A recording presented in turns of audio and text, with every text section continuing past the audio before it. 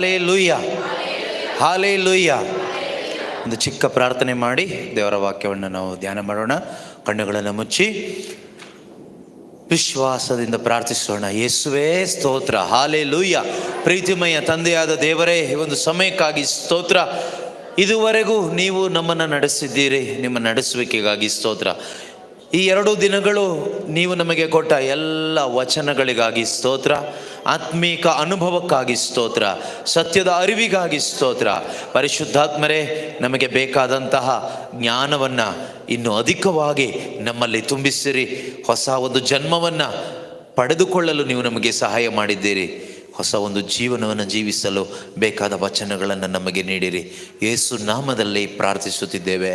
ಆಮೇನ್, amen, hallelujah. ಕುಳಿತುಕೊಳ್ಳೋಣ.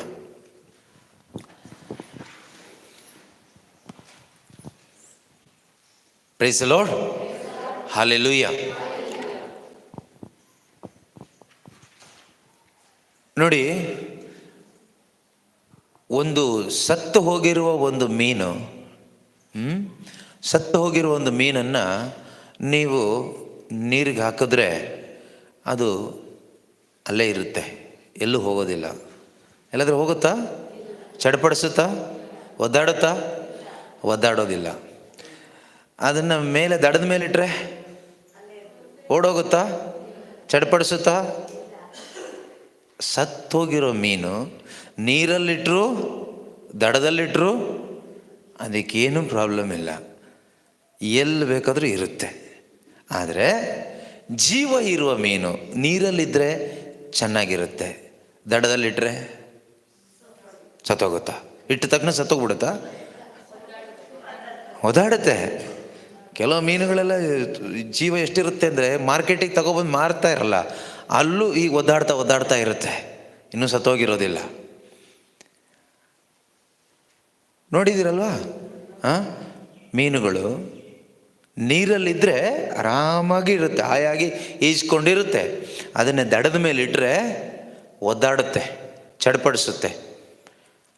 ಅದೇ ರೀತಿಯಲ್ಲಿ ಪ್ರೀತಿಯ ಸಹೋದರ ಸಹೋದರಿಯರೇ, ಆತ್ಮದಲ್ಲಿ ಸತ್ತವರಾಗಿ ನಾವಿರುವಾಗ, ಆತ್ಮಿಕವಾಗಿ ಸತ್ತವರಾಗಿ ನಾವಿರುವಾಗ, ಆತ್ಮದಲ್ಲಿ ಸತ್ತವರು, ನಿನ್ನೆ ದಿವಸ ಹೇಳಿದೆ ಆತ್ಮದಲ್ಲಿ ಸತ್ತವರು ಅಂದರೆ ಯಾರು, ಅವರ ಲಕ್ಷಣಗಳು ಏನು ಅಂತ ಹೇಳಿದೆ.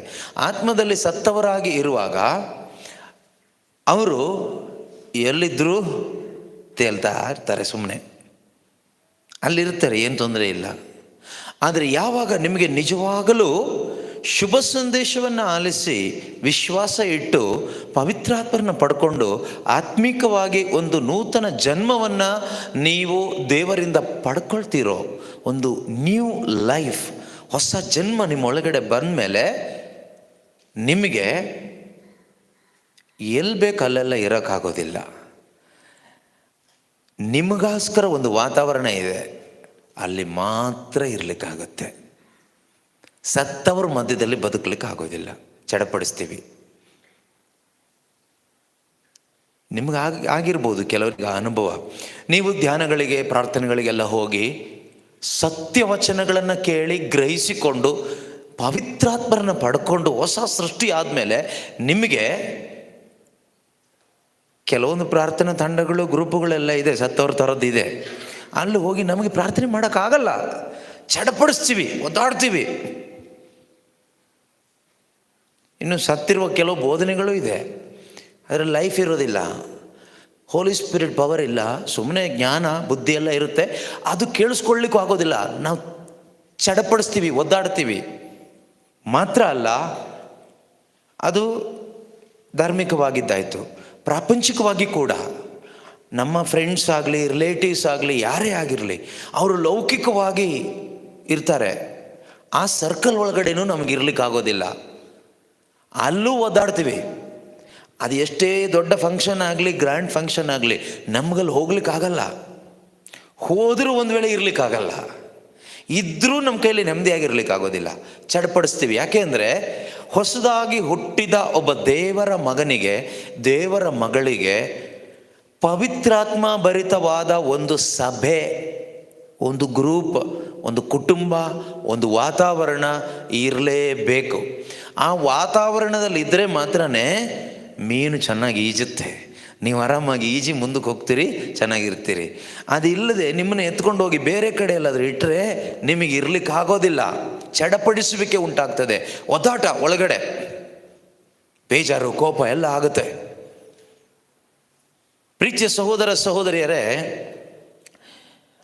ಅದರಿಂದ ನಾವೀಗ ಏನು ಮಾಡಬೇಕು ಅಂದರೆ ನಾವು ಸತ್ತವ್ರನ್ನ ಬಿಟ್ಟು ಬರಬೇಕು. ನಾನು ಹೇಳ್ತಾ ಇಲ್ಲ, ದೇವರು ಕರೀತಾ ಇದ್ದಾರೆ. ಯಾರು ಕರೀತಾ ಇದ್ದಾರೆ? ನೀನು ಹೊಸದಾಗಿ ಹುಟ್ಟಿದ ಮೇಲೆ ಸತ್ತವರು ಸಹವಾಸಕ್ಕೆ ಹೋಗಬೇಡ, ಸಮಾಧಿಲಿ ಬದುಕಬೇಡ. ಎಫೆಸರಿಗೆ ಬರೆದ ಪತ್ರಿಕೆ 5ನೇ ಅಧ್ಯಾಯ 14ನೇ ವಾಕ್ಯ ಅನಿಸುತ್ತೆ, 13, 14 ಎರಡೂ ಓದೋಣ. Ephesians chapter 5 versus 14. Okay, 13 and 14. ಬೆಳಕು ಬೆಳಗಿಸುವ ವಸ್ತುಗಳೆಲ್ಲವೂ ಕಂಗೊಳಿಸುವವು. ಬೆಳಕಾದ ದೇವರು, ಓಕೆ, ಪವಿತ್ರಾತ್ಮನಾದ ಆ ದೇವರು ಬೆಳಕು. ಅವರು ನಿನ್ನನ್ನು ಬೆಳಗಿಸಿದಾಗ ನೀನು ಕಂಗೊಳಿಸ್ತೀಯಾ, ನೀನು ಬೆಳಕಾಗ್ತೀಯಾ. ಓಕೆ, ಹೀಗೆ ಕಂಗೊಳಿಸುವುದೆಲ್ಲವೂ ಬೆಳಕಾಗುವುದು. ಆದ್ದರಿಂದ ನಿದ್ದೆ ಮಾಡುವವನೇ ಎದ್ದೇಳು. ಆದ್ದರಿಂದ ನಿದ್ದೆ ಮಾಡುವವನೇ ಎದ್ದೇಳು. ನಿದ್ದೆ ಮಾಡುವವರೇ, ಯಾವ ನಿದ್ದೆ? ಆತ್ಮಿಕ ನಿದ್ದೆ. ಈ ಒಂದು ಸ್ಪಿರಿಚುವಲ್ ಸ್ಲೀಪ್, ಆತ್ಮಿಕವಾಗಿ ನಿದ್ದೆ. ಓಕೆ, ಶರೀರದಲ್ಲಿ ನಿದ್ದೆ ಮಾಡೋರಲ್ಲ. ನೀವು ಆರಾಮಾಗಿ ನಿದ್ದೆ ಮಾಡಿ, ನೀವು ತೊಂದರೆ ಇಲ್ಲ. ನೀವು ನೀರಲ್ಲಿದ್ದರೂ ದಡದಲ್ಲಿದ್ದರೂ ಏನು ತೊಂದರೆ ಇಲ್ಲ. ಅಲ್ಲಿ ಹಾಕಿದರೆ ಅಲ್ಲಿ, ಇಲ್ಲಿ ಹಾಕಿದರೆ ಇಲ್ಲಿ ಇರ್ತೀರಿ. ಓಕೆ, ನೀವು ನಿದ್ದೆ ಮಾಡಿಕೊಂಡೇ ಇರಿ. ಆ ನಿದ್ದೆ ಬಗ್ಗೆ ಅಲ್ಲ ಇಲ್ಲಿ ಹೇಳ್ತಾ ಇರೋದು, ಶರೀರದ ನಿದ್ದೆ ಅಲ್ಲ. ನೀವು ಮಾಡಿ, ಪರವಾಗಿಲ್ಲ, ಏನು ತೊಂದರೆ ಕೊಡಲ್ಲ ನಿಮಗೆ. ಆರಾಮಾಗಿ ದೇವರ ಸನ್ನಿಧಿಯಲ್ಲಿ ನಿದ್ದೆ ಮಾಡಿ. ಓಕೆ, ಆದರೆ ಆತ್ಮಿಕವಾಗಿ ಒಂದು ನಿದ್ದೆ ಇದೆಯಲ್ಲ, ಇದು ಡೇಂಜರ್ ನಿದ್ದೆ. ಈ ನಿದ್ದೆ ಮಾಡುವವರಿಗೆ ಹೇಳ್ತಾ ಇದ್ದಾರೆ, ನಿದ್ದೆ ಮಾಡುವವರೇ ಎದ್ದೇಳು. ಆಮೇಲೆ ಸತ್ತವರನ್ನು ಬಿಟ್ಟು ಬಾ. ಆತ್ಮಿಕವಾಗಿ ನಿದ್ರಾವಸ್ಥೆಯಲ್ಲಿ ಇರೋರು ದೇವರ ದೃಷ್ಟಿಯಲ್ಲಿ ಸತ್ತವರ ಥರ. ಸತ್ತವರನ್ನು ಬಿಟ್ಟು ಅಂದರೆ ಸಮಾಧಿಲಿ ನಾವೇನು ಸಮಾಧಿಗೆ ಹೋಗಿ ಮಲ್ಕೊಳ್ಳೋಕೆ ಹೋಗ್ತೀವ? ಅಲ್ಲಿ ಇಲ್ಲ, ಅಂದರೆ ಸಮಾಧಿಲಿ ಇರೋರ ಬಗ್ಗೆ ಅಲ್ಲ ಹೇಳ್ತಾ ಇರೋದು. ಆತ್ಮಿಕವಾಗಿ ಜೀವ ಇಲ್ಲಿದ್ದವ್ರ ಜೊತೆ ಸೇರಬೇಡ, ಬಿಟ್ಟು ಬಾ. ಯಾರ ಜೊತೆಗೆ ಸೇರಬೇಡ? ಪ್ರೀತಿ ಮಾಡಬೇಕು, ಎಲ್ಲರನ್ನೂ ಪ್ರೀತಿ ಮಾಡಬೇಕು, ಅವ್ರಿಗೆ ಒಳ್ಳೇದು ಮಾಡಿ, ಪ್ರೀತಿ ಮಾಡಿ, ಆಶೀರ್ವಾದ ಮಾಡಿ, ಪ್ರಾರ್ಥನೆ ಮಾಡಿ. ಅವ್ರ ಜೊತೆಗೆ ಸೇರಿಕೊಂಡು ಏನೂ ಮಾಡಬೇಡಿ. ಊಟ ಒಂದು ಮಾಡಿಬೇಕಾದ್ರೆ ಅಪರೂಪಕ್ಕೆ, ಬಿಟ್ಟು ಬೇರೆ ಯಾವ ಬಿಸ್ನೆಸ್ಸು ಬೇಕಾಗಿಲ್ಲ. ಊಟನೂ ಡೇಂಜರೇ ಹೇಳ್ತಾ ಇರೋದು, ನಾನು ಹೇಳಿಲ್ಲ, ದೇವರು ಹೇಳ್ತಾ ಇರೋದು. ನಿನಗೆ ಜೀವ ಬಂದಿದೆ, ನೀನೀಗ ದೇವರ ಮಗನು. ನೀನು ಸತ್ತು ಹೋಗಿರುವ ಮೀನಲ್ಲ. ಅಲ್ಲಿ ಹಾಕಿದ್ರು, ಇಲ್ಲಿ ಹಾಕಿದ್ರು, ಎಲ್ಲಿ ಹಾಕಿದ್ರು ಹಾಗೆ ಇರಲಿ. ಆಮೇನ್ ಆಮೇನ್ ಆಮೇನ್ ಹಲ್ಲೆಲೂಯಾ ಪ್ರೈಸ್ ದಿ ಲಾರ್ಡ್, ಸ್ತೋತ್ರ ಸ್ತೋತ್ರ ಅಂದ್ಕೊಂಡಿರ್ಲಿಕ್ಕೆ ನೀನು ಸತ್ತ ಒಬ್ಬ ಕ್ರೈಸ್ತನಲ್ಲ. ಈಗ ನಿನಗೆ ಜೀವ ಬಂದಿದೆ. ಎಲ್ಲಿ ಆಮೇನ್ ಹೇಳಬೇಕು ಅಲ್ಲೇ ಹೇಳಬೇಕು. ಎಲ್ಲರೂ ಹೇಳ್ತಾರೆ ಅಂತ ನೀನು ಹೇಳೋದಲ್ಲ, ಎಲ್ಲರೂ ಮಾಡ್ತಾರೆ ಅಂತ ನಾವು ಮಾಡೋದಲ್ಲ, ಎಲ್ಲರೂ ಹೋಗ್ತಾರೆ ಅಂತ ನಾವು ಹೋಗೋದಲ್ಲ, ಎಲ್ಲರೂ ತಿಂತಾರೆ ಅಂತ ನಾವು ತಿನ್ನೋದಲ್ಲ. ಹಾಗಾದ್ರೆ ಅವರೆಲ್ಲ, ಕೆಲವರು ಹೇಳ್ತಾರೆ ನೋಡಿ, ನಿಮಗೆ ನೀವು ಧ್ಯಾನಕ್ಕೆ ಹೋಗಿ ದೇವ್ರನ್ನ ಕಂಡ್ಕೊಂಡಿದ್ದೀರಿ ಅಂತ ಹೇಳ್ತೀರಿ. ಹಾಗಾದರೆ ಅವರು ಧ್ಯಾನಕ್ಕೆ ಹೋಗೋರೆಲ್ಲ ಅದು ಮಾಡ್ತಾ ಇಲ್ವಾ, ಅಲ್ಲಿ ಹೋಗ್ತಾ ಇಲ್ವಾ, ಅದು ತಿಂತಾ ಇಲ್ವಾ, ಇದು ನೋಡ್ತಾ ಇಲ್ವಾ, ಇದು ಕುಡಿತಾ ಇಲ್ವಾ, ನಿಂದೇನು ಸ್ಪೆಷಲ್ಲು ಅಂತ ಕೇಳ್ತಾರೆ. ಎಲ್ಲ ಪಿಶಾಚಿ ಅವ್ರ ಮುಖಾಂತರ ಮಾತಾಡೋದು. ನೀನು ತಲೆ ಕೆಡಿಸ್ಕೊಳ್ಳಿಕ್ಕೆ ಹೋಗ್ಬೇಡಿ, ಸುಮ್ಮನೆ ಆಮ ಅಪ್ಪಡಿಯಾ, ಹೌದಾ ಹೌದಾ ಹೌದಾ ಓಕೆ ಓಕೆ ಓಕೆ ಅಂತೇಳಿ ಮೆತ್ತಿಗೆ ಎಸ್ಕೇಪ್ ಆಗಿಬಿಡಬೇಕು. ಅಲ್ಲಿ ವಾದ ಮಾಡಿ ಪ್ರಯೋಜನ ಇಲ್ಲ. ವಾದ ಮಾಡಿದರೆ ಹೌದು ಟೆಂಪರ್ ಜಾಸ್ತಿ ಆಗುತ್ತೆ, ನಿಮ್ಮದು ಸ್ವಲ್ಪ ಜಾಸ್ತಿ ಆಗುತ್ತೆ, ಆಮೇಲೆ ನಿಮಗೆ ಬೇಜಾರಾಗುತ್ತೆ. ಅದರಿಂದ ಹೌದಾ ಹೌದಾ ಸರಿ ಆಯಿತು ಅಂತ ಹೇಳಿ ಮೆತ್ತಿಗೆ ಸ್ಕೂಟ್ ಆಗಬೇಕಲ್ಲಿಂದ. ಬುದ್ಧಿವಂತಿಕೆ ಉಪಯೋಗಿಸ್ಕೋಬೇಕು. ಮುಂದಿನ ವಾಕ್ಯ ಏನು ಹೇಳುತ್ತೆ? ಆದುದರಿಂದ ನಿಮ್ಮ ನಡತೆಯ ವಿಷಯದಲ್ಲಿ, ಆದುದರಿಂದ ಇನ್ನು ಮುಂದೆ ನಿಮ್ಮ ನಡತೆಯ ವಿಷಯದಲ್ಲಿ, ಕಂಡಕ್ಟ್ ಆಫ್ ಯುವರ್ ಲೈಫ್, ನಿಮ್ಮ ನಡತೆಯ ವಿಷಯದಲ್ಲಿ ನೀವು ಅತ್ಯಂತ ಜಾಗರೂಕರಾಗಿರಿ. ನೀವು ಸ್ವಲ್ಪ ಜಾಗರೂಕರಾಗಿರಿ ಅಲ್ಲ, ಎಷ್ಟು ಜಾಗರೂಕರಾಗಿರ್ಬೇಕು? ಅತ್ಯಂತ ಜಾಗರೂಕತೆಯಿಂದ ನಡಿಬೇಕು. ಯಾಕೆ? ಈಗ ನೀವು ಸತ್ತವರಲ್ಲ, ಈಗ ನೀವು ಜೀವ ಇರುವವರು. ಈಗ ನಿಮ್ಮ ಒಳಗಡೆ ದೇವರು ವಾಸವಾಗಿದ್ದಾರೆ. ಈಗ ಹೊಸದಾಗಿ ಹುಟ್ಟಿರುವ ನೀನು ಈಗ ಪಿಶಾಚಿಯ ಮಗನು ಮಗಳು ಅಲ್ಲ, ದೇವರ ಮಗನು. ಈಗ ನಿನ್ನ ದೇಹ ದೇವರಾಲಯ, ಪರಿಶುದ್ಧಾತ್ಮರು ನಿನ್ನೊಳಗಡೆ ಇದ್ದಾರೆ. ಆದುದರಿಂದ ನೀನು ಸಿಕ್ಕಿದ್ದೆಲ್ಲ ತಿನ್ನೋ ಹಾಗಿಲ್ಲ, ಕುಡಿಯೋ ಹಾಗಿಲ್ಲ, ಮಾಡೋ ಹಾಗಿಲ್ಲ, ಇಷ್ಟ ಬಂದ ಹಾಗೆ ಬದುಕೋ ಹಾಗಿಲ್ಲ. ಈಗ ನಾವು ಮಾಡಬೇಕಾಗಿರೋದು ದೇವರ ಇಷ್ಟದ ಪ್ರಕಾರನೇ. ದೇವರ ಇಷ್ಟ ಬಿಟ್ಟು ನಾವು ಹೋಗಬಾರ್ದು. ಆದುದರಿಂದ ದೇವರ ವಾಕ್ಯ ಹೇಳುತ್ತೆ, ಇನ್ನು ಮುಂದೆ ನಿಮ್ಮ ನಡತೆಯ ವಿಷಯದಲ್ಲಿ, ನಡತೆ ಅಂದಾಗ ಅದರಲ್ಲಿ ಎಲ್ಲದೂ ಬರುತ್ತೆ, ಆಯ್ತಾ? ನಾವು ಮಾಡುವ ಆಲೋಚನೆ ಅದು ನಡತೆಗೆ ಸಂಬಂಧಪಟ್ಟಿದ್ದೆ. ಥಾಟ್ಸ್, ನಮ್ಮ ಮಾತುಗಳು ಅದು ನಡತೆಗೆ ಸಂಬಂಧಪಟ್ಟಿದ್ದೆ. ಇದೆಲ್ಲ ನೋಟ್ ಮಾಡ್ತಾ ಇದ್ದೀರಲ್ಲ? ಓಕೆ. ನಡತೆ ಅಂದ ತಕ್ಷಣ ಬರೀ ಬಿಹೇವಿಯರ್ ಮಾತ್ರ ಅಲ್ಲ, ಅದರಲ್ಲಿ ಇದೆಲ್ಲ ಇನ್ವಾಲ್ವ್ ಆಗುತ್ತೆ. ನಮ್ಮ ನಡತೆ ಅಂತ ಹೇಳುವಾಗ ಅದರಲ್ಲಿ ನಮ್ಮ ಆಲೋಚನೆ, ನಾವು ಮಾಡುವ ಆಲೋಚನೆ. ಮೊದಲು ಹೇಗೆ ಆಲೋಚನೆ ಮಾಡ್ತಾ ಇದ್ವಿ? ಎಲ್ಲರೂ ಆಲೋಚನೆ ಮಾಡೋ ಥರ ನಾವು ಆಲೋಚನೆ ಮಾಡ್ತಾ ಇದ್ವಿ. ಈಗ ನಾವು ಹೊಸದಾಗಿ ಹುಟ್ಟಿದ ಮೇಲೆ ನಮ್ಮ ಆಲೋಚನೆ ಹೊಸದಾಗಬೇಕು. ಹೊಸದಾಗಬೇಕು ಅಂದರೆ ಯಾವ ರೀತಿ? ಸ್ವರ್ಗೀಯ ವಿಷಯಗಳ ಕಡೆ, ದೇವರ ವಾಕ್ಯದ ಆಧಾರದಲ್ಲಿ ಪ್ರೀತಿಕರವಾಗಿ, ಪರಿಶುದ್ಧವಾಗಿ ನಮ್ಮ ಆಲೋಚನೆಗಳು ಬರಬೇಕು. ಕಪಟತನ ಬರಬಾರ್ದು ನಮ್ಮ ಆಲೋಚನೆಯಲ್ಲಿ.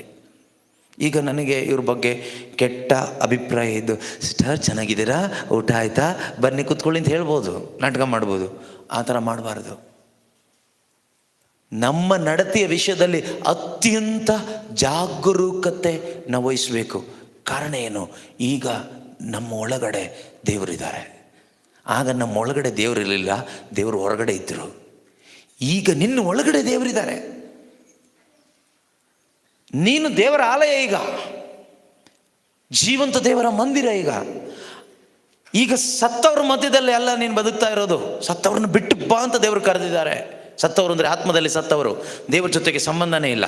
No relationship, no connection with god.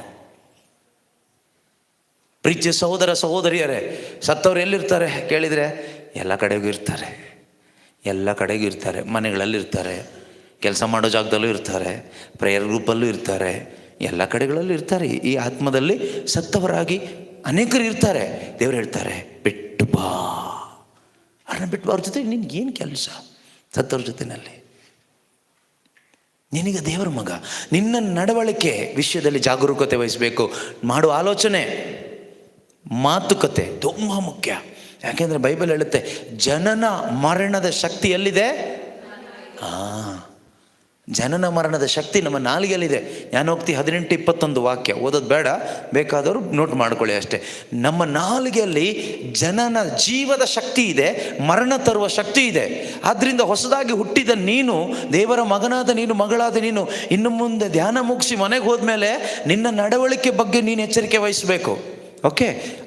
ಮಾಡುವ ಆಲೋಚನೆ ಸರಿಯಾಗಿದೆಯಾ? ದೇವರ ಲೆಕ್ಕದಲ್ಲಿ ಸರಿಯಾಗಿದೆಯಾ? ಅಷ್ಟೇ ನೋಡಿದರೆ ಸಾಕು. ನನ್ನ ಮಾತು ತುಂಬ ಮುಖ್ಯ. ಮಾತಿಂದ ಒಬ್ಬರನ್ನ ಹಾಳು ಮಾಡ್ಬೋದು, ಒಬ್ಬರನ್ನ ಉದ್ಧಾರ ಮಾಡ್ಬೋದು. ಆಯಿತಾ? ಮಾತಿಂದ ಒಬ್ಬರನ್ನ ಸಾಯಿಸ್ಬೋದು, ಸಾಯವನ್ನು ಬದುಕಿಸ್ಬೋದು. ಮಾತಿಗೆ ತುಂಬ ಶಕ್ತಿ ಇದೆ. ಚಾಕು ತಗೊಂಡು ಚುಚ್ಚಿದಂಗೆ ಆಗುತ್ತೆ ಮಾತುಗಳು. ದೇವರ ಮಾತು ಚುಚ್ಚಿದಂಗೆ ಆಗುತ್ತೆ ಅಲ್ವಾ? ದೇವರೇ ಹೇಳ್ಬಿಟ್ಟಿದ್ದಾರಲ್ಲ, ಇಬ್ಬಾಯಿ ಕತ್ತಿ ಅಂತಲೂ ಹರಿತವಾದದ್ದು. ಕತ್ತರಿಸ್ದಂಗೆ ಆಗುತ್ತೆ ನಮ್ಗೆ. ಕೆಲವರು ಅದಕ್ಕೆ ವಾಕ್ಯ ಕೇಳಿಸ್ಕೊಳ್ಳೋಕೆ ಇರೋದೇ ಇಲ್ಲ, ಓಡೋಗ್ಬಿಡ್ತಾರೆ, ಇರೋಕ್ಕಾಗಲ್ಲ. ಯಾಕೆ ಇರೋದಿಲ್ಲ ಹೇಳಿ? ಅಯ್ಯೋ ನಿಮ್ಮ ಸವಸ ಬೇಡಪ್ಪ, ಸುಮ್ಮನೆ ಚುಚ್ತೀರ, ಯಾವಾಗ ಬಂದರೂ ಚುಚ್ತಾನೆ ಇರ್ತೀರ. ನನಗೇನು ನಿಮ್ಮ ಮೇಲೆ ದ್ವೇಷನ ಚುಚ್ಚೋಕ್ಕೆ? ಅಥವಾ ನನ್ನ ಕೈಲಿ ನೀನು ಚಾಕು ಇದೆಯಾ? ಅಥವಾ ನಾನೇನಾದರೂ ಬೇರೆ ಏನಾದರೂ ಹೇಳ್ತೀನ? ದೇವ್ರ ವಾಕ್ಯ ತಾನೇ ಹೇಳ್ತೀನಿ. ಅದು ಚುಚ್ಚದಂಗೆ ಯಾಕೆ ಆಗ್ಬೇಕು? ಚುಚ್ಚದಂಗೆ ಆಗುತ್ತೆ. ದೇವರ ವಾಕ್ಯ ಕತ್ತಿ, ಇಬ್ಬಾಯಿಯ ಕತ್ತಿ, ಸೋರ್ಡ್ ಆಫ್ ದ ಸ್ಪಿರಿಟ್, ಪವಿತ್ರಾತ್ಮನ ಕೊಡುಗೆಯಾದ ದೇವರ ವಾಕ್ಯ ಎಂಬ ಖಡ್ಗ. ಇದು ಹೀಗೆ ಹಾಕಿ ತಿವಿದ್ರೆ ಏನಾಗುತ್ತೆ? ನಮ್ಮ ಒಳಗಡೆ ಇರೋ ಬೇಡದೇ ಇರೋದೆಲ್ಲ ಹೊರಗಡೆ ಬರುತ್ತೆ. ಹೊರಗಡೆ ತರೋದೇ ದೇವ್ರ ವಾಕ್ಯ. ನಮ್ಮ ಸ್ವಾರ್ಥವನ್ನು ಸಾಯಿಸುತ್ತಿದ್ದು. ಸಾಯಿಸ್ಲಿಕ್ಕೆ ಇಷ್ಟ ಇಲ್ಲದೆ ಇದ್ದರೆ ಓಡೋಗ್ಬಿಡ್ತೀವಿ. ಇವರೇನು ನಮಗೆ ಹೇಳೋದು? ನಮಗೆ ಗೊತ್ತಿಲ್ವಾ? ನಾವು ಪ್ರಾರ್ಥನೆ ಮಾಡ್ತಾ ಇಲ್ವಾ? ನಾವು ಚರ್ಚಿಗೆ ಹೋಗ್ತಾ ಇಲ್ವಾ? ನಾವು ಬೈಬಲ್ ಓದ್ತಾ ಇಲ್ವಾ? ನಾವು ಪ್ರೇಯರ್ ಗ್ರೂಪಲ್ಲಿ ಇಲ್ವಾ?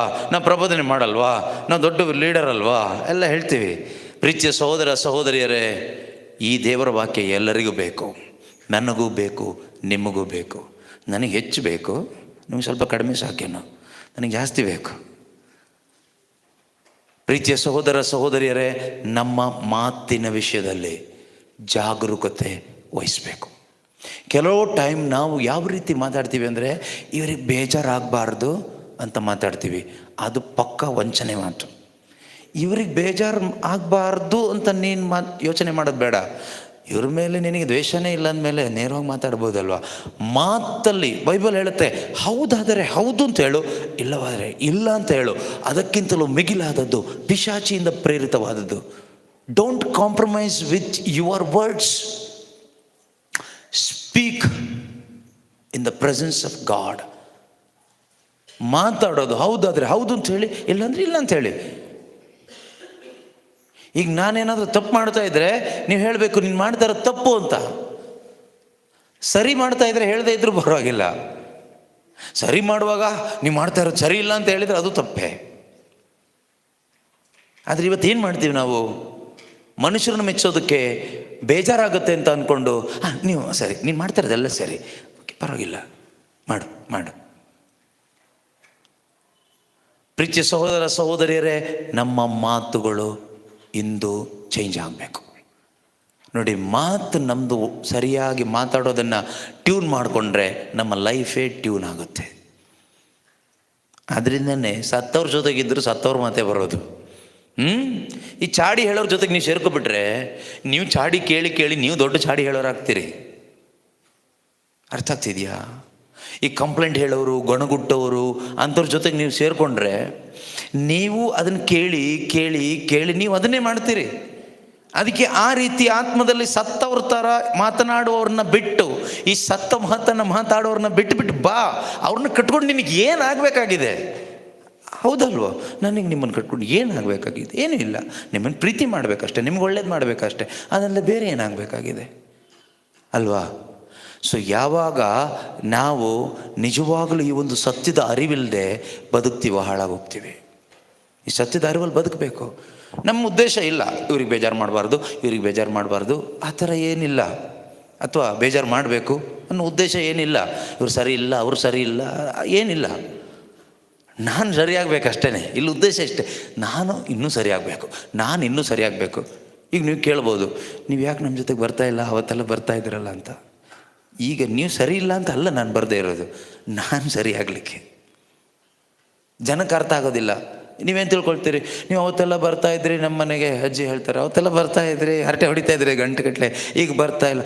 ಆಗ ಬುದ್ಧಿ ಕಡಿಮೆ ಇತ್ತು, ಬುದ್ಧಿ ಇರಲಿಲ್ಲ, ಏನು ಮಾಡೋದು, ಬರ್ತಾ ಇದ್ದೆ, ಹರಟೆ ಹೊಡಿತಾ ಇದ್ದೆ, ಟೀ ಕುಡಿತಾ ಇದ್ದೆ, ಆರಾಮಾಗಿ ಊರವ್ರ ಸುದ್ದಿ ಎಲ್ಲ ಮಾತಾಡಿಕೊಂಡು ಒಂದು ಪಿತ್ತನ ಸುತ್ತನ ಹಾಕಿ ಏಸು ಕ್ರಿಸ್ತರೇ ನಮ್ಮ ಪ್ರಭು ಹೇಳಿ ಹೋಗ್ತಾ ಇದ್ದೆ. ಈಗ ಆಗಲ್ಲ ಆ ಥರ ಬರೋಕ್ಕೆ. ನೀವು ಸರಿ ಇಲ್ಲ ಅಂತಲ್ಲ, ನಾನು ಆಗ ಸರಿ ಇರಲಿಲ್ಲ, ಈಗ ಸರಿ ಮಾಡ್ಕೊಳ್ಳಿಕ್ಕೆ ಈಗ ನಾನು ಪ್ರಯತ್ನ ಪಡ್ತಾ ಇದ್ದೀನಿ. ನನ್ನನ್ನು ಸರಿ ಮಾಡಿಸ್ಕೊಳ್ಳಿಕ್ಕೆ ನಾನು ಬರ್ತಾ ಇಲ್ಲ ಅಷ್ಟೇ. ಆದರೆ ನಿಮ್ಗೇನು ಅನ್ಸುತ್ತೆ? ಅವಾಗ ಬೇಜಾರಾಗುತ್ತೆ, ಕೋಪ ಬರುತ್ತೆ. ಅವಾಗೆಲ್ಲ ಬರ್ತಾಯಿದ್ರು, ಈಗ ಬರ್ತಾ ಇಲ್ಲ. ಅವಾಗೆಲ್ಲ ಬರ್ತಾ ಇದ್ದೆ, ಆವಾಗ ನಾನು ಸತ್ತವ್ರ ಥರ ಇದ್ದೆ.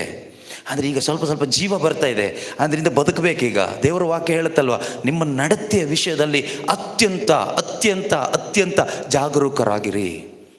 ನೀವು ಮಾಡುವ ಆಲೋಚನೆಗಳು ಜಾಗರೂಕತೆಯಿಂದ ಆಲೋಚನೆ ಮಾಡಿ. ಲೋಕಲ್ ಮನುಷ್ಯರು ಆಲೋಚನೆ ಮಾಡೋ ಥರ ಮಾಡಬಾರ್ದು.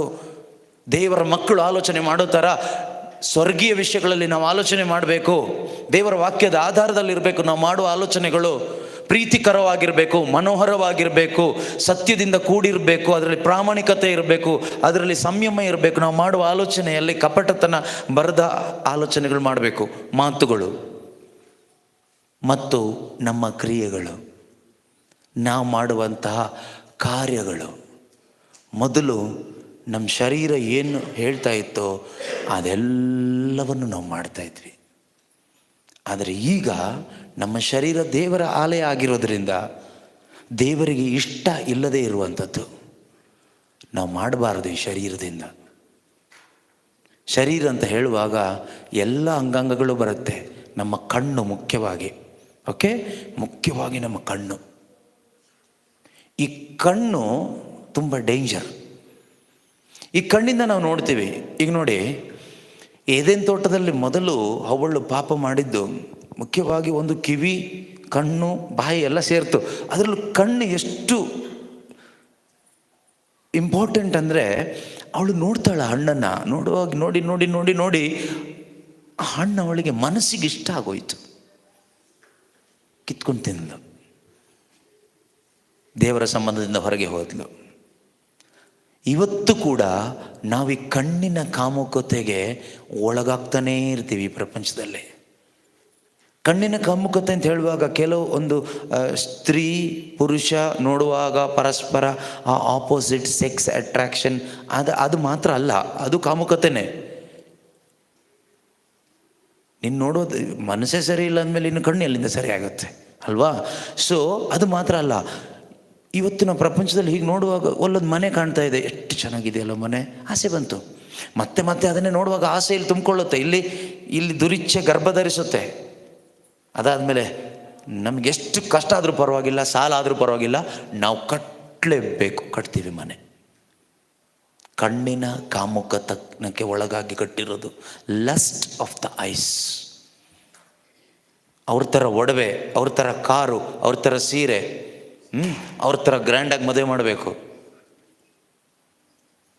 ನೀನು ಯಾರ ಥರನೂ ಆಗ್ಲಿಕ್ಕೆ ಹೋಗಬೇಡ, ಯಾರ ಥರನೂ ಬದುಕಲಿಕ್ಕೆ ಹೋಗಬೇಡ, ಯೇಸು ಥರ ಆಗು. ಯಾರ ಥರ? ಯೇಸು ಥರ ಆಗಬೇಕು. ಯೇಸು ಥರ ಆಗಲಿಕ್ಕೆ ಪ್ರಯತ್ನ ಪಡಬೇಕು ನಾವು. ಅದಲ್ಲದೆ ಬೇರೆ ಯಾರ ಥರನೂ ಆಗಲಿಕ್ಕೆ ನಾವು ಯೋಚನೆ ಮಾಡಿದರೆ ಅದೇ ಒಂದು ಕಾಮುಕತನ, ಲಸ್ಟ್ ಆಫ್ ದ ಐಸ್. ನಮ್ಮ ಕಣ್ಣನ್ನು ಸರಿಯಾಗಿ ನಾವು ಮೇಂಟೈನ್ ಮಾಡಬೇಕು. ಅದರಲ್ಲಿ ಇವತ್ತು ಹೆಚ್ಚು ಸೈತಾನ ನಮ್ಮನ್ನು ವಂಚಿಸ್ತಾ ಇರೋದು ಯಾವುದ್ರ ಮುಖಾಂತರ ಅಂದರೆ ಮೊಬೈಲ್ ಫೋನ್ ಮುಖಾಂತರ. ಮೊಬೈಲ್ ಫೋನ್ನಲ್ಲಿ ಬರುವ ಅನೇಕ ಶಾಪಿಂಗ್ ಆ್ಯಪ್ಸ್ಗಳಿದೆ. ಈ ಆ್ಯಪ್ಗಳ ಮುಖಾಂತರ, ಅಡ್ವರ್ಟೈಸ್ಮೆಂಟ್ಗಳ ಮುಖಾಂತರ, ಈ ಆ್ಯಪ್ಸಲ್ಲಿ ನಾವು ಈಗ ನೋಡ್ತೀವಿ ನೋಡಿ, ಫುಡ್ ರಿಲೇಟೆಡ್ ಆ್ಯಪ್ಸೇ ಇದೆ, ಬಟ್ಟೆಗೆ ಸಂಬಂಧಪಟ್ಟ ಆ್ಯಪ್ಸ್ ಇದೆ, ಮೇಕಪ್ಗೆ ಸಂಬಂಧಪಟ್ಟ ಆ್ಯಪ್ಸ್ ಇದೆ, ಇನ್ನು ಬೇರೆ ಬೇರೆ ಥಿಂಗ್ಸ್, ಎಲೆಕ್ಟ್ರಾನಿಕ್ಸ್ ಇರ್ಬೋದು, ವಾಚ್, ಅದು ಇದು, ಕಂಪ್ಯೂಟರು, ಮೊಬೈಲ್ ಫೋನ್, ಅದಕ್ಕೆ ಸಂಬಂಧಪಟ್ಟ ಆ್ಯಪ್ ಇದೆ. ಇನ್ನು ಕೆಲವು ಆ್ಯಪಲ್ಲಿ ಎಲ್ಲದೂ ಸಿಗುತ್ತೆ. ಈ ಅಮೆಝಾನ್, ಫ್ಲಿಪ್ಕಾರ್ಟ್, ಅದರಲ್ಲಿ ಎಲ್ಲದೂ ಸಿಗುತ್ತೆ. ಇನ್ನು ಮನುಷ್ಯನ ಕೆಟ್ಟ ಚಟಗಳನ್ನು ಈಡೇರಿಸ್ಕೊಳ್ಳಿಕ್ಕೆ, ದುಶ್ಚಟಗಳನ್ನು ಈಡೇರಿಸ್ಕೊಳ್ಳಿಕ್ಕೆ, ನಮ್ಮ ಶರೀರದ ಒಂದು ದುರಿಚ್ಛೆಗಳನ್ನ ಈಡೇರಿಸ್ಕೊಳ್ಳಿಕ್ಕೆ ಬೇಕಾದ ಆ್ಯಪ್ಸ್ಗಳು ಇದೆ. ಫ್ರೀಯಾಗಿ ಲೇಡೀಸ್ ಜೊತೆಗೆ ಮಾತಾಡಲಿಕ್ಕೆ ಒಂದು ಆ್ಯಪ್ ಇದೆ, ಫ್ರೀಯಾಗಿ ಮಾತಾಡ್ಬೋದು, ಟೈಮ್ ಪಾಸ್, ಅದಕ್ಕೂ ಆ್ಯಪ್ ಇದೆ. ಫ್ರೀಯಾಗಿ ಫ್ರೆಂಡ್ಸ್ನ ಮಾಡ್ಕೊಳ್ಳಿಕ್ಕೂ ಆ್ಯಪ್ ಇದೆ, ಯಾರನ್ನ ಬೇಕಾದ್ರೂ ಫ್ರೆಂಡ್ ಮಾಡ್ಕೋಬೋದು, ಫ್ರೆಂಡ್ ಮಾಡಿಕೊಂಡು ಏನು ಬೇಕಾದರೂ ಮಾಡ್ಕೋಬೋದು. ಅದಕ್ಕೂ ಮೊಬೈಲ್ ಫೋನಲ್ಲಿ ಆ್ಯಪ್ ಇದೆ. ಎಷ್ಟೋ ಜನ ಇದರಲ್ಲಿ ಹಿಡ್ಕೊಂಡು ಕೂತ್ಕೊಂಡಿದ್ದಾರೆ. ಇನ್ನು ದುಡ್ಡು ಮಾಡಲಿಕ್ಕೂ ಆ್ಯಪ್ ಇದೆ, ದುಡ್ಡು ಮಾಡ್ತಾ ಇರ್ಬೋದು, ಅದಕ್ಕೆ ಬೇಕಾದ ಆ್ಯಪು ಇದೆ. ನನ್ನ ಕೇಳಬೇಡಿ, ನನಗೆಲ್ಲ ಡೀಟೇಲ್ ಗೊತ್ತಿಲ್ಲ, ಇದೆ ಅನ್ನೋದು ಗೊತ್ತು. ಈ ಥರದ ಬೇಕಾದಷ್ಟು ಆ್ಯಪ್ಸ್ಗಳು ಮೊಬೈಲ್ ಫೋನಲ್ಲಿದೆ. ನೀವೆಲ್ಲೂ ದೂರ ಹುಡ್ಕೊಂಡು ಹೋಗೋದೇ ಬೇಡ. ನೀವು ಕುಳಿತುಕೊಳ್ಳೋ ಜಾಗದಲ್ಲೇ, ಮಲ್ಕೊಳ್ಳೋ ಜಾಗದಲ್ಲೇ, ಊಟ ಮಾಡೋ ಜಾಗದಲ್ಲೇ ಈ ಮೊಬೈಲ್ ಫೋನ್ ಮುಖಾಂತರ ಎಲ್ಲ ಆ್ಯಪ್ಸ್ಗಳು ಸಿಗುತ್ತೆ. ಇದ್ರ ಮುಖಾಂತರ ನೀವು ಹೀಗೆ ಕಣ್ಣಿನ ಕಾಮುಕತೆಗೆ, ಮನಸ್ಸಿನ ಕಾಮುಕತೆಗೆ, ದೇಹದ ದುರಿಚ್ಛೆಗೆ ಬಲಿಯಾಗಿ ನಡವಳಿಕೆ ಹಾಳು ಮಾಡ್ಕೊಳ್ತಿದ್ದೀವಿ. ಪ್ರೀತಿಯ ಸಹೋದರ ಸಹೋದರಿಯರೇ, ದೇವರ ವಾಕ್ಯ ಇವತ್ತು ನಮಗೆ ಎಚ್ಚರಿಕೆ ಕೊಟ್ಟು ಹೇಳ್ತಾ ಇದೆ, ಸತ್ತವರನ್ನು ಬಿಟ್ಟು ಬಾ, ನೀನು ಜೀವವುಳ್ಳ ದೇವರ ಮಗನು. ನೀನು ಬದುಕಬೇಕಾದ ಒಂದು ವಾತಾವರಣ ಇದೆ, ಆ ಸ್ಪಿರಿಚುವಲ್ ಅಟ್ಮಾಸ್ಫಿಯರ್, ಪವಿತ್ರಾತ್ಮ ಭರಿತ ಅಟ್ಮಾಸ್ಫಿಯರ್, ಅಲ್ಲಿ ನೀನು ಬದುಕಬೇಕು. ಎಲ್ಲಿ ಬೇಕಲ್ಲಿ ಇಷ್ಟ ಬಂದ ಹಾಗೆ ಬದುಕೋದಲ್ಲ. ಮೊದಲು ಬದುಕ್ತಾ ಇದ್ವಿ, ಮೊದಲು ನಾವು ಯೋಚನೆ ಮಾಡ್ತಾ ಇದ್ವಿ, ಅವ್ರಿಗೆ ಬೇಜಾರಾಗುತ್ತೆ, ಅವರು ಏನಾದರೂ ಅಂದ್ಕೊಂಡ್ಬಿಟ್ರೆ, ಇವರೇನಾದರೂ ಅಂದ್ಕೊಂಡ್ಬಿಟ್ರೆ, ಅವ್ರೇನಾದರೂ ನಮ್ಗೆ ಹೆಲ್ಪ್ ಮಾಡದೇ ಇದ್ದರೆ, ಈ ರೀತಿ ಎಲ್ಲ ಮೊದಲು ಅಂದ್ಕೊಳ್ತಾ ಇದ್ವಿ. ಈಗ ಬೇಡ, ಈಗ ಯೇಸು ಏನಾದರೂ ಅಂದ್ಕೊಬಿಟ್ರೆ, ಪವಿತ್ರಾತ್ಮರು ಏನಾದರೂ ಅಂದ್ಕೊಬಿಟ್ರೆ, ದೇವರು ಏನಾದರೂ ಬೇಜಾರು ಮಾಡ್ಕೊಬಿಟ್ರೆ, ಈ ಥರ ಯೋಚನೆ ಮಾಡಬೇಕು ನಾವೀಗ. ಮನುಷ್ಯರು ಅಂದ್ಕೊಬಿಟ್ರೆ ಅಲ್ಲ, ಮನುಷ್ಯರನ್ನ ಬಿಟ್ಬಿಡಿ ಸೈಡಿಗೆ, ಅವ್ರು ಏನೋ ಒಂದು ಅಂದ್ಕೊಳ್ತಾನೆ ಇರ್ತಾರೆ ಯಾವಾಗಲೂ. Praise the Lord, hallelujah. ನೀವು ಚೆನ್ನಾಗಿ ಪ್ರಾರ್ಥನೆ ಮಾಡಿ ಅವ್ರು ಹೇಳ್ತಾರೆ, ಓ ಇವರಿಗೇನೋ ಆಗ್ಬಿಟ್ಟಿದೆ, ದೇವ್ರು ಬಂದುಬಿಟ್ಟಿದ್ದಾರೆ ಇವ್ರ ಮೇಲೆ ಅಂತಾರೆ. ನೀವು ಪ್ರಾರ್ಥನೆ ಎಲ್ಲ ನಿಲ್ಲಿಸಿ ಸುಮ್ಮನೆ ಹರಟೆ ಹೊಡ್ಕೊಂಡಿರಿ, ಇವ್ರಿಗೆ ನೋಡಿ ದೈವ ಭಯನೂ ಇಲ್ಲ, ಪ್ರಾರ್ಥನೆ ಇಲ್ಲ, ಭಯಭಕ್ತಿ ಏನಿಲ್ಲ, ಹಾಗೆ ಹೇಳ್ತಾರೆ. ನೀವು ಹೆಚ್ಚು ಪ್ರಾರ್ಥನೆ ಮಾಡಿದ್ರು ಕಷ್ಟನೇ, ಪ್ರಾರ್ಥನೆ ಮಾಡದೇ ಇದ್ರು ಕಷ್ಟನೇ. ಹೇಗಿರ್ಬೇಕಂದ್ರೆ ಅವ್ರು ಹೇಗೆ ಹೇಳ್ತಾರೋ ಹಾಗೆ ಇದ್ದು ಬಿಡಬೇಕು. ಆಗ ಅವರಿಗೂ ಖುಷಿ, ನಿಮಗೂ ಖುಷಿ. ಹಾಗಿದ್ದು ಬಿಟ್ರೆ ನಮ್ಮ ಆತ್ಮಿಕ ಜೀವನ ಸತ್ತೋಗುತ್ತೆ. ಮೀನನ್ನು ನೀರಿಂದ ಎತ್ತಿ ದಡದಲ್ಲಿ ಹಾಗಾಗತ್ತೆ. ಒದ್ದಾಟ, ನರಳಾಟ ಒಳಗಡೆ. ಅಂಥ ಜೀವನ ಬೇಡ, ಆ ಒದ್ದಾಟ ಬೇಡ. ಬಟ್ ಆ ಒದ್ದಾಟ ಎಲ್ರಿಗೂ ಇದೆ, ಅದು ಹೋಗಲೇಬೇಕು. ಆದರೆ ಅದರಲ್ಲೇ ನಾವಿರಬಾರ್ದು. ಬರಬೇಕು, ನೀರಿಗೆ ಹಾರಿಬಿಡ್ಬೇಕು ಬೇಗ. ಜಾಸ್ತಿ ಹೊತ್ತು ದಡದಲ್ಲಿದ್ದರೆ ಗಟ್ಟಿ ಮೀನಾದರೆ ಮಾರ್ಕೆಟ್ ತನಕ ಹೋಗಿ ಅಲ್ಲೂ ಸ್ವಲ್ಪ ಬಡ್ಕೊಳ್ಳುತ್ತೆ, ಅದಾದಮೇಲೆ ಹೋಗುತ್ತೆ ಸತ್ತು. ಆದ್ದರಿಂದ ಹೆಚ್ಚೊತ್ತು ದಡದ ಮೇಲೆ ಇರಬೇಡಿ, ಯಾವಾಗಲೂ ನೀರಲ್ಲೇ ಇರಲಿಕ್ಕೆ ಪ್ರಯತ್ನ ಪಡಿ. ನೀರಂದ್ರೇನು? ವಾಕ್ಯ, ದೇವರ ಸಂಬಂಧ, ಆತ್ಮಿಕ ಜೀವನ, ಆತ್ಮಿಕ ಸಭೆ, ಆತ್ಮಿಕ ಕೂಟಗಳಲ್ಲಿ ಇರಲಿಕ್ಕೆ ಪ್ರಯತ್ನ ಪಡಿ ಯಾವಾಗಲೂ. Praise the lord. ನೋಡಿ, ನಿಮಗೆ ಅನುಭವ ಆಗಿರ್ಬೋದು. ನೀವು ಸುಮಾರು ದಿನ ಮನೆಯಲ್ಲಿದ್ದಿರಿ, ಆ ವಾತಾವರಣದಲ್ಲಿದ್ದಿರಿ. ಈಗ 2 ದಿವಸದಿಂದ ಈ ಒಂದು ವಾಕ್ಯದ, ದೇವರ ವಾಕ್ಯದ ಈ ಒಂದು ಅನ್ಬಾಲಯ ರಿಟ್ರೀಟ್ ಸೆಂಟರ್ನ ಈ ಒಂದು ವಾತಾವರಣದಲ್ಲಿದ್ದೀರಿ. ನಿಮಗೆ ಸಂತೋಷವಾಗಿದ್ದೀರಾ, ದುಃಖದಲ್ಲಿದ್ದೀರಾ? ಬಂದಾಗ ನಿಮ್ಮ ಮುಖಗಳು ಹೇಗಿತ್ತು? ಸುಮಾರಾಗಿ ಹಾಗೂ ಹೀಗೂ ಇತ್ತು. ಈಗ ಸ್ವಲ್ಪ ಸ್ವಲ್ಪ ಅರಳುತ್ತಾ ಇದೆ. ಪೂರ್ತಿ ಅರಳಿದೆ ಅಂತ ಹೇಳೋಕ್ಕಾಗಲ್ಲ. ಸ್ವಲ್ಪ ಸ್ವಲ್ಪ ಬಂದ ಆ ಪರಿಸ್ಥಿತಿಗಿಂತ ಎಷ್ಟು ಅರಳಿಲ್ವಾ? ಇಲ್ಲಿ ಯಾರಾದ್ರೂ ನಿಮಗೆ ದುಡ್ಡು ಕೊಟ್ರಾ? ಸಿನಿಮಾ ತೋರಿಸಿದ್ರಾ? ಶಾಪಿಂಗ್ ಕರ್ಕೊಂಡು ಹೋದ್ರಾ? ಏನಾದರೂ ದುಡ್ಡು ಕೊಡ್ತೀನಿ ಅಂತ ಪ್ರಾಮಿಸ್ ಮಾಡಿದ್ರಾ? ಇಲ್ಲ ತಾನೆ. ಮತ್ತೆ ಹೇಗೆ ಅರಳಿತು? ವಾತಾವರಣ. ನೀವು ಈಗ ಈ 2 ದಿನ ಕೆಲವರು ಪೂರ್ಣ ಮನಸ್ಸಿನಿಂದ, ಕೆಲವರು ಕಷ್ಟಪಟ್ಟು ಹೇಗೋ ಈ ವಾತಾವರಣದಲ್ಲಿ ಇದ್ದಿದ್ದರಿಂದ ನಿಮ್ಮ ಮನಸ್ಸಿಗೆ ಏನೋ ಒಂದು ಭಾರ ಇಳಿದು ಹೋದ ಹಾಗೆ ಆಗಿದೆಯಾ? ಯಾರಿಗೆಲ್ಲ ಮನಸ್ಸು ಒಳಗಡೆ ಒಂದು ಭಾರ ಇತ್ತು ಬರಬೇಕಾದ್ರೆ, ಈಗ ಸುಮಾರೆಲ್ಲ ಫ್ರೀ ಆಗಿದೆ ಅನ್ನೋರು ಕೈ ಎತ್ತಿ ನೋಡೋಣ. 1 2 3 4 5 ಎಲ್ಲರೂ ಸೇರಿ ಚಪ್ಪಾಳೆ ತಟ್ಟಿ ದೇವರಿಗೆ ಸ್ತೋತ್ರ ಹೇಳೋಣ. ನಿಜ, ನೀವು ಅಂದ್ಕೊಂಡಿದ್ದೆಲ್ಲ ಆಗಿಲ್ಲ, ಆದರೂ ನಿಮ್ಮ ಭಾರ ಹೋಯಿತು. ನಿಮ್ಮ ಸಮಸ್ಯೆಗಳು ಏನೆಲ್ಲ ಇತ್ತೋ ಅದೆಲ್ಲ ಅಲ್ಲೇ ಇದೆ, ಎಲ್ಲೂ ಹೋಗಿಲ್ಲ, ಆದರೂ ನಿಮ್ಮ ಭಾರ ಹೋಯ್ತಾ? ಅದೇ ಈ ಒಂದು ಆತ್ಮಿಕ ವಾತಾವರಣದ ಶಕ್ತಿ. ಅದರಿಂದ ಮನೆಗೆ ಹೋಗಿ ನೀವೇನು ಮಾಡಬೇಕು ಅಂದರೆ, ಮನೆಗೆ ಹೋಗಿ ಇದನ್ನು ಮೇಂಟೈನ್ ಮಾಡಬೇಕು. ಮನೆಗೆ ಹೋಗಿ ಈ ವಾತಾವರಣವನ್ನು ಹೀಗೆ ಉಳಿಸ್ಕೋಬೇಕು. ನೀವು ಇದನ್ನು ಕಳ್ಕೋಬಾರ್ದು. ಇದೇ ವಾತಾವರಣದಲ್ಲಿ ಯಾವಾಗಲೂ ಇರಲಿಕ್ಕೆ ಪ್ರಯತ್ನ ಪಡಬೇಕು. ಅದು ನಿಮ್ಮ ಕೈಯಲ್ಲಿದೆ. ಆದುದರಿಂದ ನಿಮ್ಮ ನಡವಳಿಕೆಯ ವಿಷಯದಲ್ಲಿ ಅತ್ಯಂತ ಜಾಗರೂಕರಾಗಿರಲಿ. ಆಮೇಲೆ ಮೂಢರಂತಿರದೆ ಜಾಣರಾಗಿ ಜೀವಿಸಿ. ಮೂಢರಂತೆ ಇರದೆ, ನನಗೇನು ಗೊತ್ತಿಲ್ಲಪ್ಪ, ನಮಗೆಲ್ಲ ಗೊತ್ತಾಗೋದಿಲ್ಲ, ಅರೆ ದಡ್ತನದಲ್ಲಿ ಬದುಕಬೇಡಿ, ಫೂಲಿಶ್ನೆಸ್ಸಲ್ಲಿ ಬದುಕಬೇಡಿ. ಮೂಢರಂತೆ ಇರದೆ ಜಾಣರಾಗಿ, ಬುದ್ಧಿವಂತರಾಗಿ, ವಯಸ್ಸಾಗಿ ಬದುಕಿ.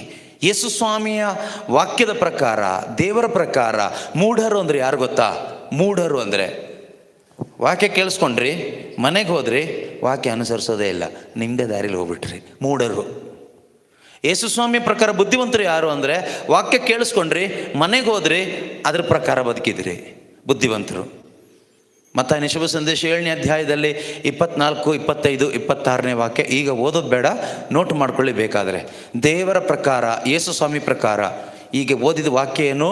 ಮೂಢರಂತೆ ಇರದೆ ಅಂದರೆ ಬುದ್ಧಿಹೀನರಾಗಿರದೆ, ಮೂಢರಾಗಿ ಇರದೆ ಏನಂತ ಬದುಕಬೇಕು? ಬುದ್ಧಿವಂತರಾಗಿ ಬದುಕಬೇಕು. ಹಾಗಾದರೆ ಮೂಢತನ ಅಂದರೆ ಏನು? ಮೂಢತನ ಅಂದರೆ ವಾಕ್ಯ ಎಲ್ಲ ಕೇಳಿಸ್ಕೊಳ್ತೀವಿ, ಕೈ ತಡ್ತೀವಿ, ಹಾಡ್ತೀವಿ, ಸ್ತುತಿಸ್ತೀವಿ, ವಾಕ್ಯ ಎಲ್ಲ ಕೇಳಿಸ್ಕೊಳ್ತೀವಿ. ಮನೆಗೆ ಹೋದ್ಮೇಲೆ ನಮ್ಮದೇ ದಾರಿ. ಮತ್ತು ನಾವು ಹಾಗೆಲ್ಲ ಈಗ ಬೈಬಲ್ ಎತ್ಕೊಂಡು ಓದೋಕ್ಕಾಗುತ್ತಾ? ನಾವೀಗ ಅಲ್ಲೆಲ್ಲಿ ಎಲ್ಲ ಹೇಳೋಕ್ಕಾಗುತ್ತಾ? ನಾವೀಗ ಏಸು ಅಂತ ಹೇಳೋಕ್ಕಾಗುತ್ತಾ ಒಂದೇ ಸಾರಿ? ಜನ ಬೇಜಾರು ಮಾಡ್ಕೊಳ್ಳಲ್ವಾ? ಜನಕ್ಕೆ ತೊಂದರೆ ಆಗೋದಿಲ್ವಾ? ಜನದ ಬಗ್ಗೆ ಯೋಚನೆ. ಅದೇ ಮೂಢತನ. ದೇವರ ವಾಕ್ಯವನ್ನು ಕೇಳಿಸ್ಕೊಂಡು ಅದರ ಪ್ರಕಾರ ನಾವು ಜೀವಿಸುವುದೇ ಬುದ್ಧಿವಂತ ಜೀವನ. ದೇವರ ವಾಕ್ಯ ಇಷ್ಟೆಲ್ಲ ಕೇಳಿಸ್ಕೊಂಡು ನಮ್ಮ ಪ್ರಕಾರ ನಾವು ಬದುಕೋದೇ ಮೂರ್ಖತನದ ಜೀವನ. ಇಂದು ಯಾರೆಲ್ಲ ಇಲ್ಲಿ ವಾಕ್ಯವನ್ನು ಆಲಿಸ್ತಾ ಇದ್ದೀರೋ, ದೇವರು ಬಯಸ್ತಾ ಇದ್ದಾರೆ ನಾವೆಲ್ಲರೂ ಬುದ್ಧಿವಂತರಾಗಬೇಕು. ದೇವರ ಮಕ್ಕಳು ಬುದ್ಧಿವಂತರಾಗಿ ಬದುಕಬೇಕೆಂದು ದೇವರು ಬಯಸ್ತಾ ಇದ್ದಾರೆ. ನೀವು ದೇವರ ಮಕ್ಕಳು, ನೀವು ಬುದ್ಧಿವಂತರಾಗಿ ಬದುಕಬೇಕೆಂದು ತಂದೆಯಾದ ದೇವರು ಬಯಸ್ತಾ ಇದ್ದಾರೆ. Hallelujah, hallelujah. ಅಂದರೆ ಪಿಶಾಚಿಯ ಉದ್ದೇಶ ನಮ್ಮನ್ನು ಮೂಢರನ್ನಾಗಿ ಇಡಬೇಕು. ನೀನು ಬೈಬಲ್ ಓದು, ಪ್ರಾರ್ಥನೆ ಮಾಡು, ಚರ್ಚಿಗೆ ಬಾ, ಆದರೆ ನಿನ್ನ ಇಷ್ಟದ ಪ್ರಕಾರ ಬದುಕು, ನೋಡು ಅದೆಷ್ಟು ಚೆನ್ನಾಗಿದೆ, ಇದೆಷ್ಟು ಚೆನ್ನಾಗಿದೆ, ಅದು ಮಾಡು, ಇದು ಮಾಡು. ಇದ್ದಾರೆ ಆ ಥರ ಬುದ್ಧಿಹೀನರು ಎಷ್ಟೋ ಜನ, ಎಲ್ಲ ಕಡೆಗೂ ಇರ್ತಾರೆ. ನಮ್ಮ ಟೀಮಲ್ಲೂ ಇದ್ದಾರೆ, ನಿಮ್ಮ ಟೀಮಲ್ಲೂ ಇರ್ತಾರೆ, ಎಲ್ಲ ಕಡೆಗೂ ಇರ್ತಾರೆ, ಎಲ್ಲ ಊರಲ್ಲೂ ಇರ್ತಾರೆ, ನಮ್ಮ ಕುಟುಂಬದಲ್ಲೂ ಇದ್ದಾರೆ, ನಿಮ್ಮ ಕುಟುಂಬದಲ್ಲೂ ಇರ್ತಾರೆ. ನಾವು ಕೆಲವೊಮ್ಮೆ ಯಾರ ಥರ ಆಗೋಗ್ಬಿಡ್ತೀವಿ. ಪ್ರೀತಿಯ ಸಹೋದರ ಸಹೋದರಿಯರೇ, ನಾವು ವಾಕ್ಯವನ್ನು ಬಿಟ್ಟು ಬದುಕಬಾರ್ದು. ಮೂಢರಾಗ್ತೀವಿ. ಮೂಢರಂತಿರದೆ ಜಾಣರಾಗಿ ವರ್ತಿಸಿರಿ. ಆಮೇಲೆ ಈ ದಿನಗಳು ಕೆಟ್ಟ ದಿನಗಳಾಗಿರುವುದರಿಂದ, ಈ ದಿನಗಳು ಕೆಟ್ಟ ದಿನಗಳಾಗಿರುವುದರಿಂದ ನಿಮಗಿರುವ ಸದವಕಾಶಗಳನ್ನು ಸದ್ವಿನಿಯೋಗಿಸಿಕೊಳ್ಳಿರಿ. ನಿಮಗಿರುವ ಸದವಕಾಶವನ್ನು ಸದ್ವಿನಿಯೋಗಿಸಿಕೊಳ್ಳಿರಿ. ಬುದ್ಧಿಹೀನರಾಗಿರದೆ ಪ್ರಭುವಿನ ಚಿತ್ತವೇನೆಂದು ಗ್ರಹಿಸಿಕೊಳ್ಳಿರಿ. ಪ್ರಭುವಿನ ಚಿತ್ತ ಏನು ಎಂದು ಗ್ರಹಿಸಿಕೊಳ್ಳಿರಿ. Hallelujah, hallelujah. ಪ್ರೀತಿಯ ಸಹೋದರ ಸಹೋದರಿಯರೇ, ಈ ದಿನಗಳು ಒಳ್ಳೆ ದಿನಗಳು ಅಂತ ಅಲ್ಲ ವಾಕ್ಯ ಹೇಳ್ತಾ ಇರೋದು. ಈ ದಿನಗಳು ಎಂಥ ದಿನಗಳು? ಕೆಟ್ಟ ದಿನಗಳು. ಎಂಥ ದಿನಗಳು? ಯಾಕೆ ಕೆಟ್ಟ ದಿನಗಳು? ಯಾಕೆ ಕೆಟ್ಟ ದಿನಗಳು? ಈ ದಿನಗಳು ಅಂದರೆ ಈ ಡಿಸೆಂಬರ್ ತಿಂಗಳ ಈ ದಿನಗಳಲ್ಲ. ನಾವು ಬದುಕುತ್ತಿರುವ ಒಂದೊಂದು ದಿನನೂ ನಮಗೆ ವಿಶ್ವಾಸಿಗಳಾದ ನಮ್ಗೆ ಒಳ್ಳೆ ದಿನನೇ. ಆದರೆ ಈ ವಾಕ್ಯದ ಪ್ರಕಾರ ನಾವು ನೋಡುವಾಗ ಕೆಟ್ಟ ದಿನಗಳು ಅಂತ ಯಾಕೆ ಅಲ್ಲಿ ಬರೆದಿದೆ? ಕಾರಣ ಏನು ಅಂದರೆ, ಈ ಪ್ರಪಂಚದಲ್ಲಿ ಲೋಕ ಇರುವ ತನಕ ಸ್ವಾರ್ಥ ಇರುತ್ತೆ, ಪಾಪ ಇರುತ್ತೆ, ಪಾಪಕ್ಕೆ ಪ್ರಚೋದನೆ ಇರುತ್ತೆ, ಸುಳ್ಳಿದೆ, ಮೋಸ ಇದೆ, ಹಣದ ವ್ಯಾಮೋಹ ಇದೆ, ಅಧಿಕಾರದ ವ್ಯಾಮೋಹ ಇದೆ, ಅಹಂಕಾರ ಇದೆ, ಕೋಪ ಇದೆ, ಹೊಟ್ಟೆಗೆಚ್ಚಿದೆ, ಕೊಲೆ ಇದೆ, ಅನೈತಿಕತೆ ಇದೆ, ಮಾಟಮಂತ್ರ ಇದೆ, ವಿಗ್ರಹಾರಾಧನೆ ಇದೆ. ಇದೆಲ್ಲ ಇದೆ ಈ ದಿನಗಳಲ್ಲಿ. ಇದೆಯಾ? ಇದೆಲ್ಲ ಇದೆಯಾ? ಕಡಿಮೆ ಇದೆ, ಜಾಸ್ತಿ ಇದೆಯಾ? ಆದುದರಿಂದ ಈ ದಿನಗಳು ಒಳ್ಳೆ ದಿನಗಳ, ಕೆಟ್ಟ ದಿನಗಳ? ಕೆಟ್ಟ ದಿನಗಳು. ಈ ಕೆಟ್ಟ ದಿನಗಳನ್ನು ನಾನು ಒಳ್ಳೆ ದಿನವಾಗಿಸ್ಕೊಂಡು ಬದುಕಬೇಕೀಗ. ಈ ಕೆಟ್ಟ ದಿನಗಳಲ್ಲಿ ಈ ಕೆಟ್ಟ ದಿನವನ್ನು ನಾನು ಒಳ್ಳೆ ದಿನ ಆಗಿಸ್ಕೊಂಡು ನಾನು ಈ ಪ್ರಪಂಚದಲ್ಲಿ ಬದುಕಬೇಕು. ಅದಕ್ಕೆ ಕೊನೆಯಲ್ಲಿ ವಾಕ್ಯ ಹೇಳುತ್ತೆ, ಕೆಟ್ಟ ದಿನಗಳಲ್ಲಿ ನೀವು ಬದುಕ್ತಾ ಇರೋದ್ರಿಂದ ನೀವು ಬುದ್ಧಿಹೀನರಾಗಿರದೆ ಪ್ರಭುವಿನ ಚಿತ್ತ ಏನೆಂದು ನೀವು ತಿಳಿದುಕೊಂಡು ಬದುಕಿದರೆ ಈ ಕೆಟ್ಟ ದಿನಗಳಲ್ಲಿ ನೀವು ಒಳ್ಳೆಯ ಜೀವನವನ್ನು ಜೀವಿಸ್ಬೋದು. ಇಲ್ಲದೆ ಇದ್ದರೆ ಈ ಕೆಟ್ಟ ದಿನಗಳಲ್ಲಿ ನಾವು ಕೂಡ ಹಲ್ಲೆಲೂಯಾ ಒಂದು ಕಡೆ ಹೇಳ್ಕೊಂಡಿರ್ತೀವಿ, ನಾವು ಕೆಟ್ಟ ದಿನಗಳನ್ನೇ ಬದುಕಬೇಕಾಗ್ತದೆ. ದೇವರ ಚಿತ್ತ, ವಿಲ್ ಆಫ್ ಗಾಡ್, ದೇವರ ಚಿತ್ತ. ನೋಡಿ, ನಾವು ಎಷ್ಟೋ ಪ್ರಾರ್ಥನೆ ಮಾಡ್ತೀವಿ, ನಾವೆಷ್ಟೋ ಬೈಬಲ್ ಓದ್ತೀವಿ, ನಾವು ಪ್ರೇಯರ್ ಗ್ರೂಪಲ್ಲೂ ಇದ್ದೀವಿ ಎಷ್ಟೋ ಜನರು. ಆದರೆ ನಿಜವಾಗಲೂ ನಾವು ಪ್ರಾಮಾಣಿಕ ಹೃದಯದಿಂದ ನೀವೇ ಯೋಚನೆ ಮಾಡಿ ನೋಡಿ, ದೇವರೇ ನಿನ್ನ ಚಿತ್ತ ಏನು ಅಂತ ಕೂತ್ಕೊಂಡು ಕೇಳಿದ್ದೀವ? ನನ್ನ ಚಿತ್ತ ಇದು ದೇವರೇ, ಇದು ನೆರವೇರಿಸ್ಕೊಡು ಅಂತ ಪ್ರಾರ್ಥನೆ ಮಾಡಿದ್ದೀವಿ. ನಾನು ಯಾವತ್ತಾದರೂ ಕೂತ್ಕೊಂಡು ದೇವರೇ ನಿನ್ನ ಚಿತ್ತ ಏನು, what is your will concerning me, ನನ್ನ ಕುರಿತಾಗಿ ನಿನ್ನ ಚಿತ್ತ ಏನು, ನನ್ನ ಮಗನ ಕುರಿತಾಗಿ ನಿನ್ನ ಚಿತ್ತ ಏನು, ನನ್ನ ಮಕ್ಕಳ ಕುರಿತಾಗಿ ನಿನ್ನ ಚಿತ್ತ ಏನು, ನನ್ನ ಜೀವಿತದ ಈ ಕೆಲಸ ಕಾರ್ಯದ ಕುರಿತಾಗಿ ನಿನ್ನ ಚಿತ್ತ ಏನು, what is your will today in my life, help me to know your will. ಕೇಳಿದ್ದೀವಾ? ನಾವೇನು ಮಾಡ್ತೀವಿ ಅಂದರೆ ನಮ್ಮಿಷ್ಟದ ಪ್ರಕಾರ ಏನೋ ಒಂದು ಮಾಡಿ ಎಲ್ಲ ದೇವ್ರ ಚಿತ್ತ brother, praise the Lord, hallelujah ಹೇಳ್ಬಿಡ್ತೀವಿ. ಮಾಡೋದೆಲ್ಲ ನಾವೇ ನಮ್ಮಿಷ್ಟದ ಪ್ರಕಾರ ಮಾಡಿಬಿಟ್ಟು ಎಲ್ಲ ದೇವ್ರ ಚಿತ್ತಕ್ಕೆ ಬಿಟ್ಟಿದ್ದೀವಿ. ಎಲ್ಲ ಯಾರಿಗೆ ಬಿಟ್ಟಿದ್ದೀವಿ? ಹಾಂ, ಸಾಲ ಮಾಡಿ ಮನೆ ಕಟ್ಟಿ ದೇವ್ರ ಚಿತ್ತಕ್ಕೆ ಬಿಟ್ಬಿಟ್ಟಿದ್ದೀವಿ. ಈಗ ಯಾರ ಚಿತ್ತಕ್ಕೆ? ದೇವರು ಏನು ಮಾಡ್ಬೇಕೀಗ? ಸಾಲ ತೀರಿಸ್ಬೇಕು ದುಡಿದು ಬಿಟ್ಟು, ಅಲ್ವಾ? ಹಾಗೆ ಅಲ್ವಾ? ಇಷ್ಟ ಬಂದು ತಿಂದು ಕುಡಿದು ಮಜಾ ಮಾಡಿ ಪೇಷಂಟಾಗಿ ಆಸ್ಪತ್ರೆಗೆ ಹೋದ್ಮೇಲೆ, ಬ್ರದರ್ ಪೇಷಂಟಾಗಿ ಆಸ್ಪತ್ರೆಗೆ ಬಂದುಬಿಟ್ಟಿದ್ದೀನಿ, ಎಲ್ಲ ದೇವ್ರ ಚಿತ್ತಕ್ಕೆ ಬಿಟ್ಬಿಟ್ಟಿದ್ದೀನಿ. ಎಲ್ಲ ಯಾರಿಗೆ ಬಿಟ್ಟಿದ್ದೀರಾ? ದೇವ್ರಿಗೆ ಬಿಟ್ಬಿಟ್ಟಿದ್ದೀರಾ. ಇಷ್ಟ ಬಂದಂಗೆ ಬದುಕಿದ್ದು ನೀವು, ಆಮೇಲೆ ಸಿಕ್ಕಾಕೊಂಡ್ಮೇಲೆ ದೇವ್ರಿಗೆ ಬಿಟ್ಬಿಡೋದು, ದೇವ್ರ ಮೇಲೆ ತಗ್ಬಿಡೋದು. ನಾವೇನಾದರೂ ಕೂತ್ಕೊಂಡು ದೇವರೇ ನನ್ನ ಸ್ವಾರ್ಥದ ಜೀವನದಿಂದ, ನನ್ನ ಒಂದು ಅಜ್ಞಾನದ ಜೀವನದಿಂದ, ನನ್ನ ಒಂದು ಸೋಂಬೇರಿತನದಿಂದ, ನನ್ನ ಒಂದು ಸ್ವಾರ್ಥದಿಂದ, ಅವಿಶ್ವಾಸದಿಂದ ನಾನು ಸಾಲಗಾರನಾದೆ, ನಾನು ರೋಗಿ ಆದೆ, ನಾನು ಕಷ್ಟಕ್ಕೆ ಸಿಕ್ಕಾಕೊಂಡೆ, ನಾನು ಒದ್ದಾಡ್ತಾ ಇದ್ದೀನಿ. ಸ್ವಾಮಿ ನನ್ನನ್ನು ಕ್ಷಮಿಸಿ, ನನಗೆ ಜ್ಞಾನ ಕೊಡಿ, ನನ್ನ ಬುದ್ಧಿಯನ್ನು ಪ್ರಕಾಶಿಸಿರಿ, ನನಗೆ ನಿಮ್ಮ ಜ್ಞಾನವನ್ನು ನೀಡಿ ಎಂದು ನೀವು ಕೇಳಿ. ನಿಮ್ಮ ಚಿತ್ತ ಏನೆಂದು ಕಂಡುಕೊಳ್ಳಲಿಕ್ಕೆ ಬೇಕಾದ ಕೃಪೆ ಕೊಡಿ ಅಂತ ಕೇಳಿ ಕೊಡ್ತಾರೆ. ಖಂಡಿತ ದೇವರ ವಾಕ್ಯ ಹೇಳುತ್ತೆ, ನಿಮ್ಮಲ್ಲಿ ಯಾರಿಗಾದರೂ ಜ್ಞಾನದ ಕೊರತೆ ಇದ್ದರೆ ಅಂಥವನು ಜ್ಞಾನಕ್ಕಾಗಿ ಕೇಳಲಿ. ದೇವರು ಅವನಿಗೆ ಯಥೇಚ್ಛವಾಗಿ ಜ್ಞಾನ ಕೊಡ್ತಾರೆ. ಏನು ಕೊಡ್ತಾರೆ? ಜ್ಞಾನ ಕೊಡ್ತಾರೆ. ನಮ್ಮ ದೊಡ್ಡ ಪ್ರಾಬ್ಲಮ್, ನಮಗೆ ಜ್ಞಾನ ಇಲ್ಲ. ನಾವು ಓದಿದ್ದೀವಿ ಕರೆಕ್ಟು, ಕೆಲವರು ದೊಡ್ಡ ದೊಡ್ಡ ಡಿಗ್ರಿ 2-3 ಡಿಗ್ರಿ ಮಾಡಿದವರು ಇದ್ದಾರೆ, ಆದರೆ ಜ್ಞಾನ ಇಲ್ಲ. ಯಾವ ಜ್ಞಾನ ಬೇಕು? ದೇವರ ಚಿತ್ತವನ್ನು ಅರಿತುಕೊಂಡು ಅದನ್ನು ನೆರವೇರಿಸುವ ಜ್ಞಾನ ನಮಗೆ ಬೇಕು. ಸುಮ್ಮನೆ ನಮಗೆ ನಾವು ಅಲ್ಲಿ ಓದಿದ್ದೀವಿ, ಇಲ್ಲಿ ಓದಿದ್ದೀವಿ, ನಮಗೆ ಅಷ್ಟು ಡಿಗ್ರಿ ಇದೆ, ಇಷ್ಟು ಡಿಗ್ರಿ ಇದೆ, ನಮಗೆ ತುಂಬ ವಿದ್ಯಾಭ್ಯಾಸ ಇದೆ, ಓಕೆ ಫೈನ್, ವಿದ್ಯಾಭ್ಯಾಸ ಎಲ್ಲ ಬೇಕು, ಬೇಡ ಅಂತಲ್ಲ. ಆದರೆ ಪ್ರೀತಿಯ ಸಹೋದರ ಸಹೋದರಿಯರೇ, ನಿನ್ನ ವಿದ್ಯಾಭ್ಯಾಸ ನಿನ್ನನ್ನು ಉದ್ಧಾರ ಮಾಡೋದಿಲ್ಲ. ಅರ್ಥ ಆಗ್ತಿದೆಯಾ? ನೀನು ಎಷ್ಟೇ ವಿದ್ಯಾವಂತಳಾಗಿರು, ನಿನ್ನ ವಿದ್ಯಾಭ್ಯಾಸ ನಿನ್ನನ್ನು ರಕ್ಷಿಸೋದಿಲ್ಲ. ಪಾಪದಿಂದ ನಿನ್ನನ್ನು ಅದು ಬಿಡುಗಡೆ ಮಾಡೋದಿಲ್ಲ. ಆದ್ದರಿಂದ ಪ್ರೀತಿಯ ಸಹೋದರ ಸಹೋದರಿಯರೇ, ನಿಮ್ಮಲ್ಲಿ ಯಾರಿಗಾದರೂ ದೇವರ ಜ್ಞಾನದ ಕೊರತೆ ಇದ್ದರೆ ಅಂಥವಳು ಏನು ಮಾಡಬೇಕು? ಓದಿ ಯಾಕೋಬ 1:5, ಜೇಮ್ಸ್ ಚಾಪ್ಟರ್ 1 ವರ್ಸ್ 5. ಯಾಕೋಬ 1:5. ನಿಮ್ಮಲ್ಲಿ ಯಾರಿಗಾದರೂ ಜ್ಞಾನದ ಕೊರತೆ ಇದ್ದರೆ, ನಿಮ್ಮಲ್ಲಿ ಯಾರಿಗಾದರೂ ಜ್ಞಾನದ ಕೊರತೆ ಇದ್ದರೆ, ನಿಮ್ಮಲ್ಲಿ ಯಾರಿಗಾದರೂ ಜ್ಞಾನದ ಕೊರತೆ ಇದೆಯಾ? ಹಲೋ, ನಿಮ್ಮಲ್ಲಿ ಯಾರಿಗಾದರೂ ಜ್ಞಾನದ ಕೊರತೆ ಇದೆಯಾ? ಇದೆ. ಇದ್ದರೆ ಅಂಥವ್ರು ಏನು ಮಾಡಬೇಕು? ದೇವರಲ್ಲಿ ಬೇಡಿಕೊಳ್ಳಲಿ. ಅಂಥವನು ಯಾರಲ್ಲಿ ಬೇಡಿಕೊಳ್ಳಲಿ?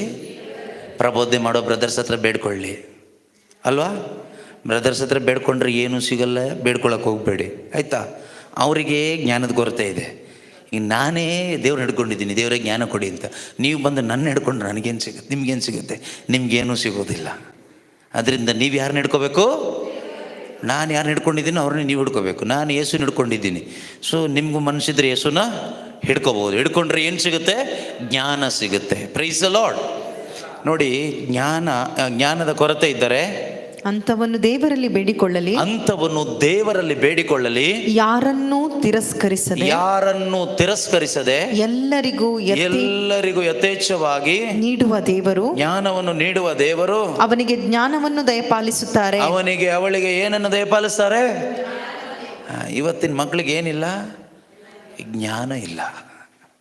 ಮಕ್ಕಳಿಗಂತಲ್ಲ, ಅಪ್ಪ ಅಮ್ಮಗೂ ಜ್ಞಾನ ಇಲ್ಲ, ಮಕ್ಕಳಿಗೂ ಜ್ಞಾನ ಇಲ್ಲ. ಓದು ಬರಹ ಇದೆ, ವಿದ್ಯಾಭ್ಯಾಸ ಇದೆ, ಎಜುಕೇಷನಲ್ ನಾಲೆಡ್ಜ್ ಇದೆ, ಅಕಾಡೆಮಿಕ್ ನಾಲೆಡ್ಜ್ ಇದೆ, ಬೈಬಲ್ ನಾಲೆಡ್ಜ್ 0. ದೇವರ ವಾಕ್ಯದ ಜ್ಞಾನ ಇಲ್ಲ.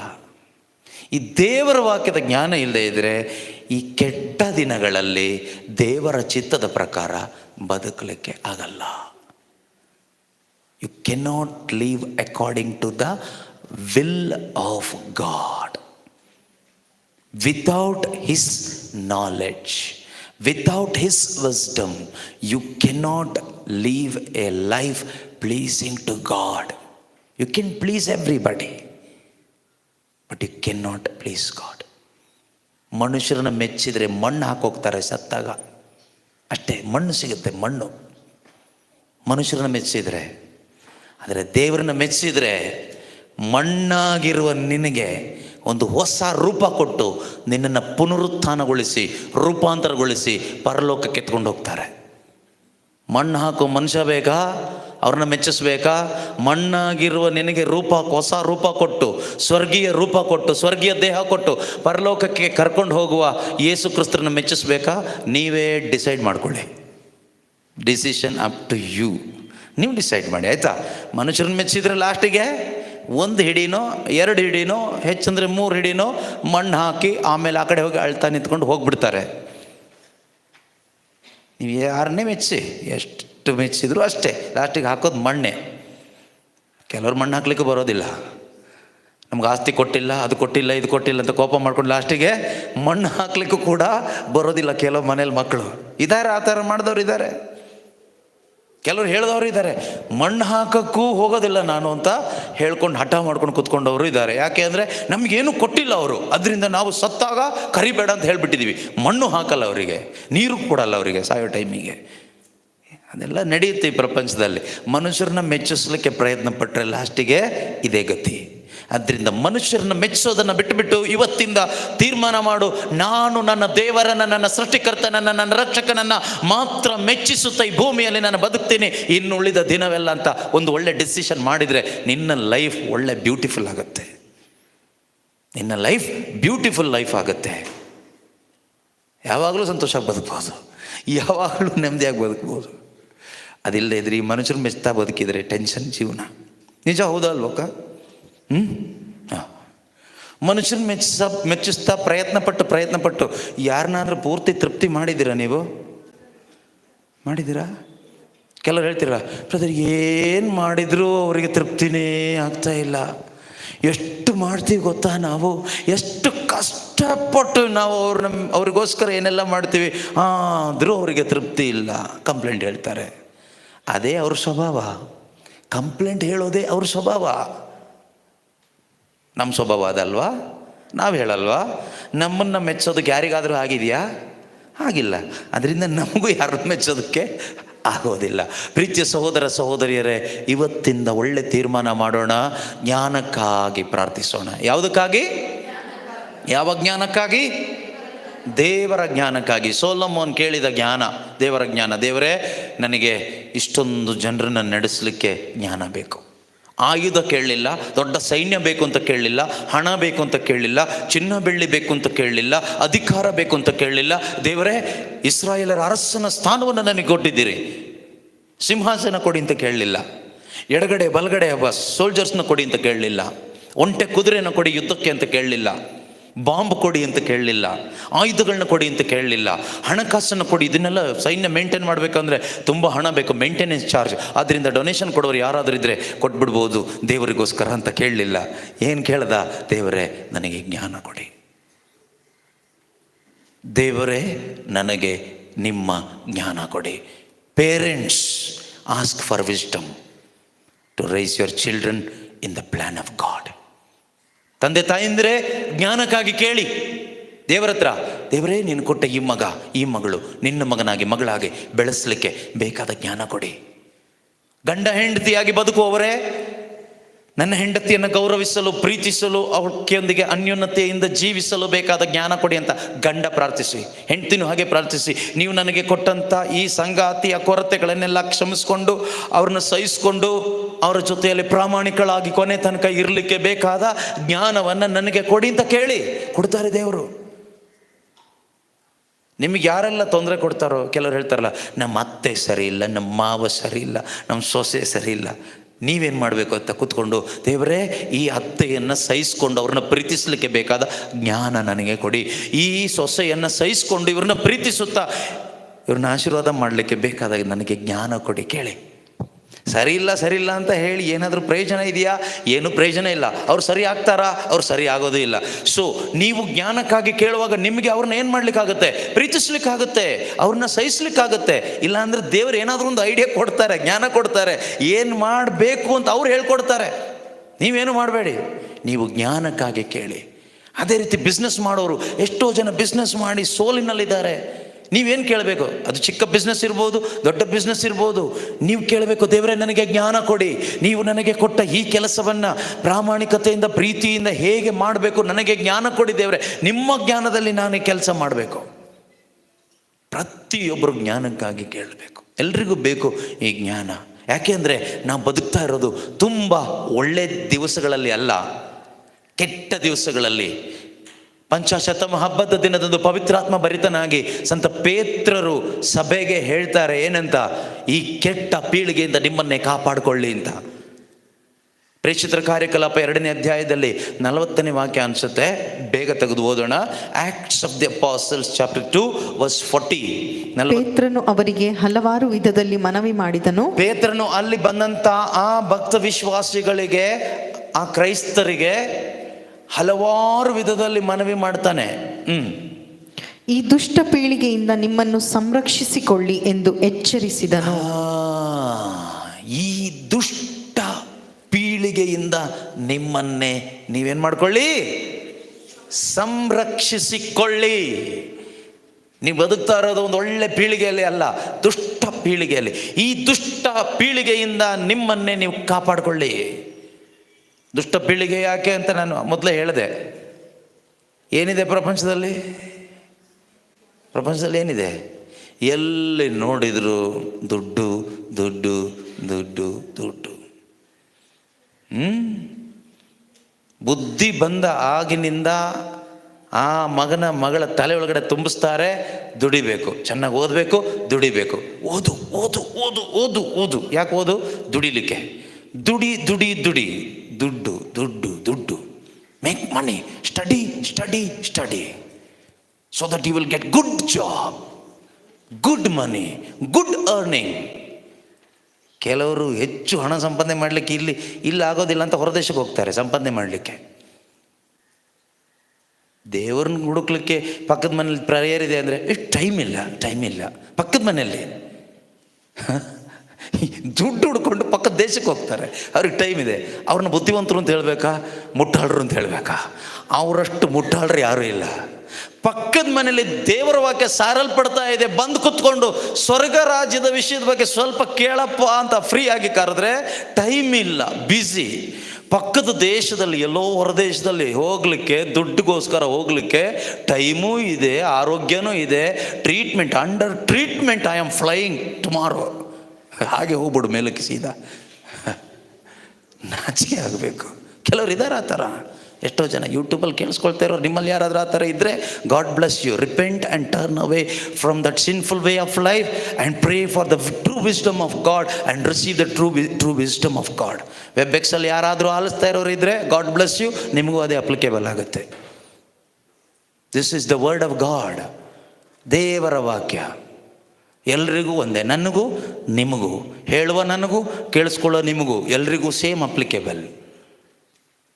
ಎಂಥ ಮೂರ್ಖತನ, ಎಷ್ಟೊಂದು ಫೂಲಿಶ್ನೆಸ್ಸಲ್ಲಿ ನಾವು ಬದುಕ್ತಾ ಇದ್ದೀವಿ.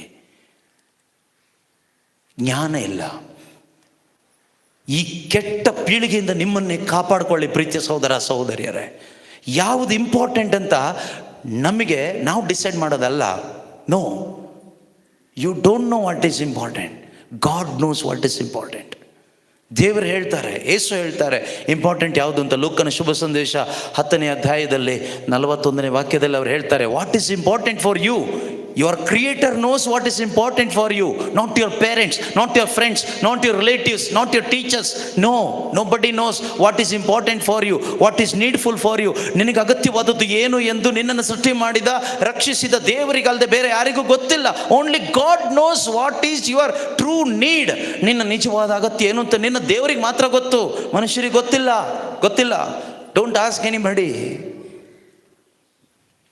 ಏನ್ ಹೇಳ್ತಾರೆ ಯೇಸು ಸ್ವಾಮಿ ಮಾರ್ತಳಿಗೆ? ಮಾರ್ತಾ, ನೀನು ಅನಾವಶ್ಯ ಚಿಂತೆ ಪೇಚಾಟಗಳಿಗೆ ಒಳಗಾಗಿರುವೆ. ನೀನು ಸುಮ್ಮನೆ ಅದು ಇಂಪಾರ್ಟೆಂಟ್, ಇದು ಇಂಪಾರ್ಟೆಂಟ್, ಅಲ್ಲಿ ಇಂಪಾರ್ಟೆಂಟ್ ಇದೆ, ಇಲ್ಲಿ ಇಂಪಾರ್ಟೆಂಟ್ ಇದೆ ಅಂತ ಹೇಳಿ ಅನಾವಶ್ಯಕ. You are worried and distracted by many things of this world. You are worried, yes, you are distracted, you are disappointed, you are sick because of this worries. You are carrying all these worries in your mind.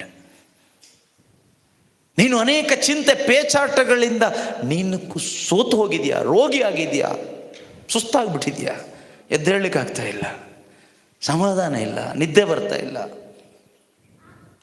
ಮಾರ್ತಳಿಗೆ ಯೇಸು ಹೇಳ್ತಾರೆ, ಮಾರ್ತಾ, ನೀನು ಅನೇಕ ಚಿಂತೆ ಪೇಚಾಟಗಳಿಗೆ ಒಳಗಾಗಿದೆಯಾ.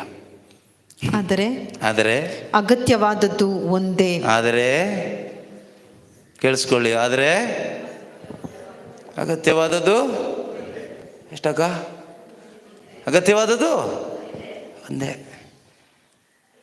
ನಮ್ಮೆಲ್ಲರ ಜೀವನದಲ್ಲೂ ಆಯ್ತಾ, ಅಗತ್ಯವಾದದ್ದು ಒಂದೇ. ನನಗೆ ಬೇರೆ ಅಲ್ಲ, ನಿಮಗೆ ಬೇರೆ ಅಲ್ಲ, ಎಲ್ಲರಿಗೂ ಅಗತ್ಯವಾದದ್ದು. ಕೆಲವು ಟೈಮ್ ನಾವು ಯೋಚನೆ ಮಾಡ್ಬೋದು, ಇದು ನಮಗಲ್ಲ, ಎಂದು ಅವರಿಗೆಲ್ಲ ಬೇಕು, ನಮಗಲ್ಲ. ಎಲ್ಲರಿಗೂ ಅಗತ್ಯವಾದದ್ದು ಒಂದೇ. ಮರಿಯಳು ಉತ್ತಮವಾದದ್ದನ್ನೇ ಆರಿಸಿಕೊಂಡಿದ್ದಾಳೆ. ಯಾವುದದು ಆರಿಸ್ಕೊಂಡಿದ್ದು? ಮಾರ್ಥ ಮತ್ತು ಮರಿಯಳ ಮನೆಗೆ ಯೇಸು ಕ್ರಿಸ್ತರು ಬಂದಾಗ ಮಾರ್ತಳು ಮನುಷ್ಯರನ್ನ ಆರಿಸ್ಕೊಂಡ್ರು, ಮರಿಯಳು ಯೇಸುನ ಆರಿಸ್ಕೊಂಡ್ಳು. ಮಾರ್ತಳು ಅಡುಗೆ ಮಾಡೋದು ಅದು ಇದು ಅಂತ ಬಿಸಿ ಕೆಲಸನ ಆರಿಸ್ಕೊಂಡ್ಲು, ಮರಿಯಳು ಯೇಸು ಜೊತೆ ಕೂತ್ಕೊಂಡು ವಾಕ್ಯ ಕೇಳೋಣ ಅಂತ ಆರಿಸ್ಕೊಂಡ್ಲು. ಆದ್ದರಿಂದ ನನಗೂ ನಿಮಗೂ ಈ ಭೂಮಿಯಲ್ಲಿರುವ ಪ್ರತಿಯೊಬ್ಬ ಮನುಷ್ಯನಿಗೂ ದೇವರು ಹೇಳ್ತಾರೆ, ಮನುಷ್ಯನು ಜೀವಿಸುವುದು ರೊಟ್ಟಿಯಿಂದ ಮಾತ್ರ ಅಲ್ಲ, ದೇವರ ಬಾಯಿಯಿಂದ ಹೊರಟು ಬರುವ ಪ್ರತಿಯೊಂದು ಮಾತಿನಿಂದ. ಅಗತ್ಯವಾದದ್ದು ಒಂದೇ ಒಂದು, ಅದು ದೇವರ ವಾಕ್ಯ, ಅದು ಯೇಸು ಜೊತೆಗಿರೋದು. ಯೇಸು ಜೊತೆಯಲ್ಲಿ ಜೀವಿಸಿ ಅವರ ವಾಕ್ಯವನ್ನು ಕೇಳಿಸ್ಕೊಂಡು ಅದನ್ನು ಅನುಸರಣೆ ಮಾಡ್ತಾ ಜೀವಿಸುವ ಆ ಜೀವನ ಇದೆ ಅಲ್ವಾ, ಅದೊಂದೇ ನಿನಗೆ ಅಗತ್ಯವಾದದ್ದು. Only one thing is needful for you. ಆದರೆ ನೀನು ಇಂದು ಅನೇಕ ಚಿಂತೆ ಪೇಚಾಟಗಳಿಗೆ ಒಳಗಾಗಿದೆಯಾ? ಏನು ಪ್ರಯೋಜನ? ಪ್ರೀತಿಯ ಸಹೋದರ ಸಹೋದರಿಯರೇ, ಹೊಸದಾಗಿ ಹುಟ್ಟಿರುವ ನಾವು ಈ ಆತ್ಮಿಕ ಜನ್ಮವನ್ನು, ನಾನು ಬೆಳಗ್ಗೆನೇ ಹೇಳಿದೆ ಹೇಗೆ ನಾವು ಆತ್ಮಿಕ ಜನ್ಮ ಪಡ್ಕೊಂಡ್ವಿ ಅಂತ. ಈ ಆತ್ಮಿಕ ಜನ್ಮವನ್ನು ಪಡ್ಕೊಂಡಿರ್ತಕ್ಕಂಥ ನಾವು ಏನು ಮಾಡಬೇಕು ಮುಂದಕ್ಕೆ? ಈ ಆತ್ಮಿಕ ಜನ್ಮ ಉಳಿಸ್ಕೋಬೇಕು. ಮಗು ಹುಟ್ಟಿದ ತಕ್ಷಣ ಅದು ಬದುಕಬೇಕು. ಅದು ಬದುಕಿದ್ರೇ ಏನಾದರೂ ಸಾಧನೆ ಮಾಡಲಿಕ್ಕಾಗೋದು. ಅದಕ್ಕೆ ಬದುಕಬೇಕಂದ್ರೆ ಅದಕ್ಕೆ ಒಳ್ಳೆ ಫುಡ್ ಬೇಕು.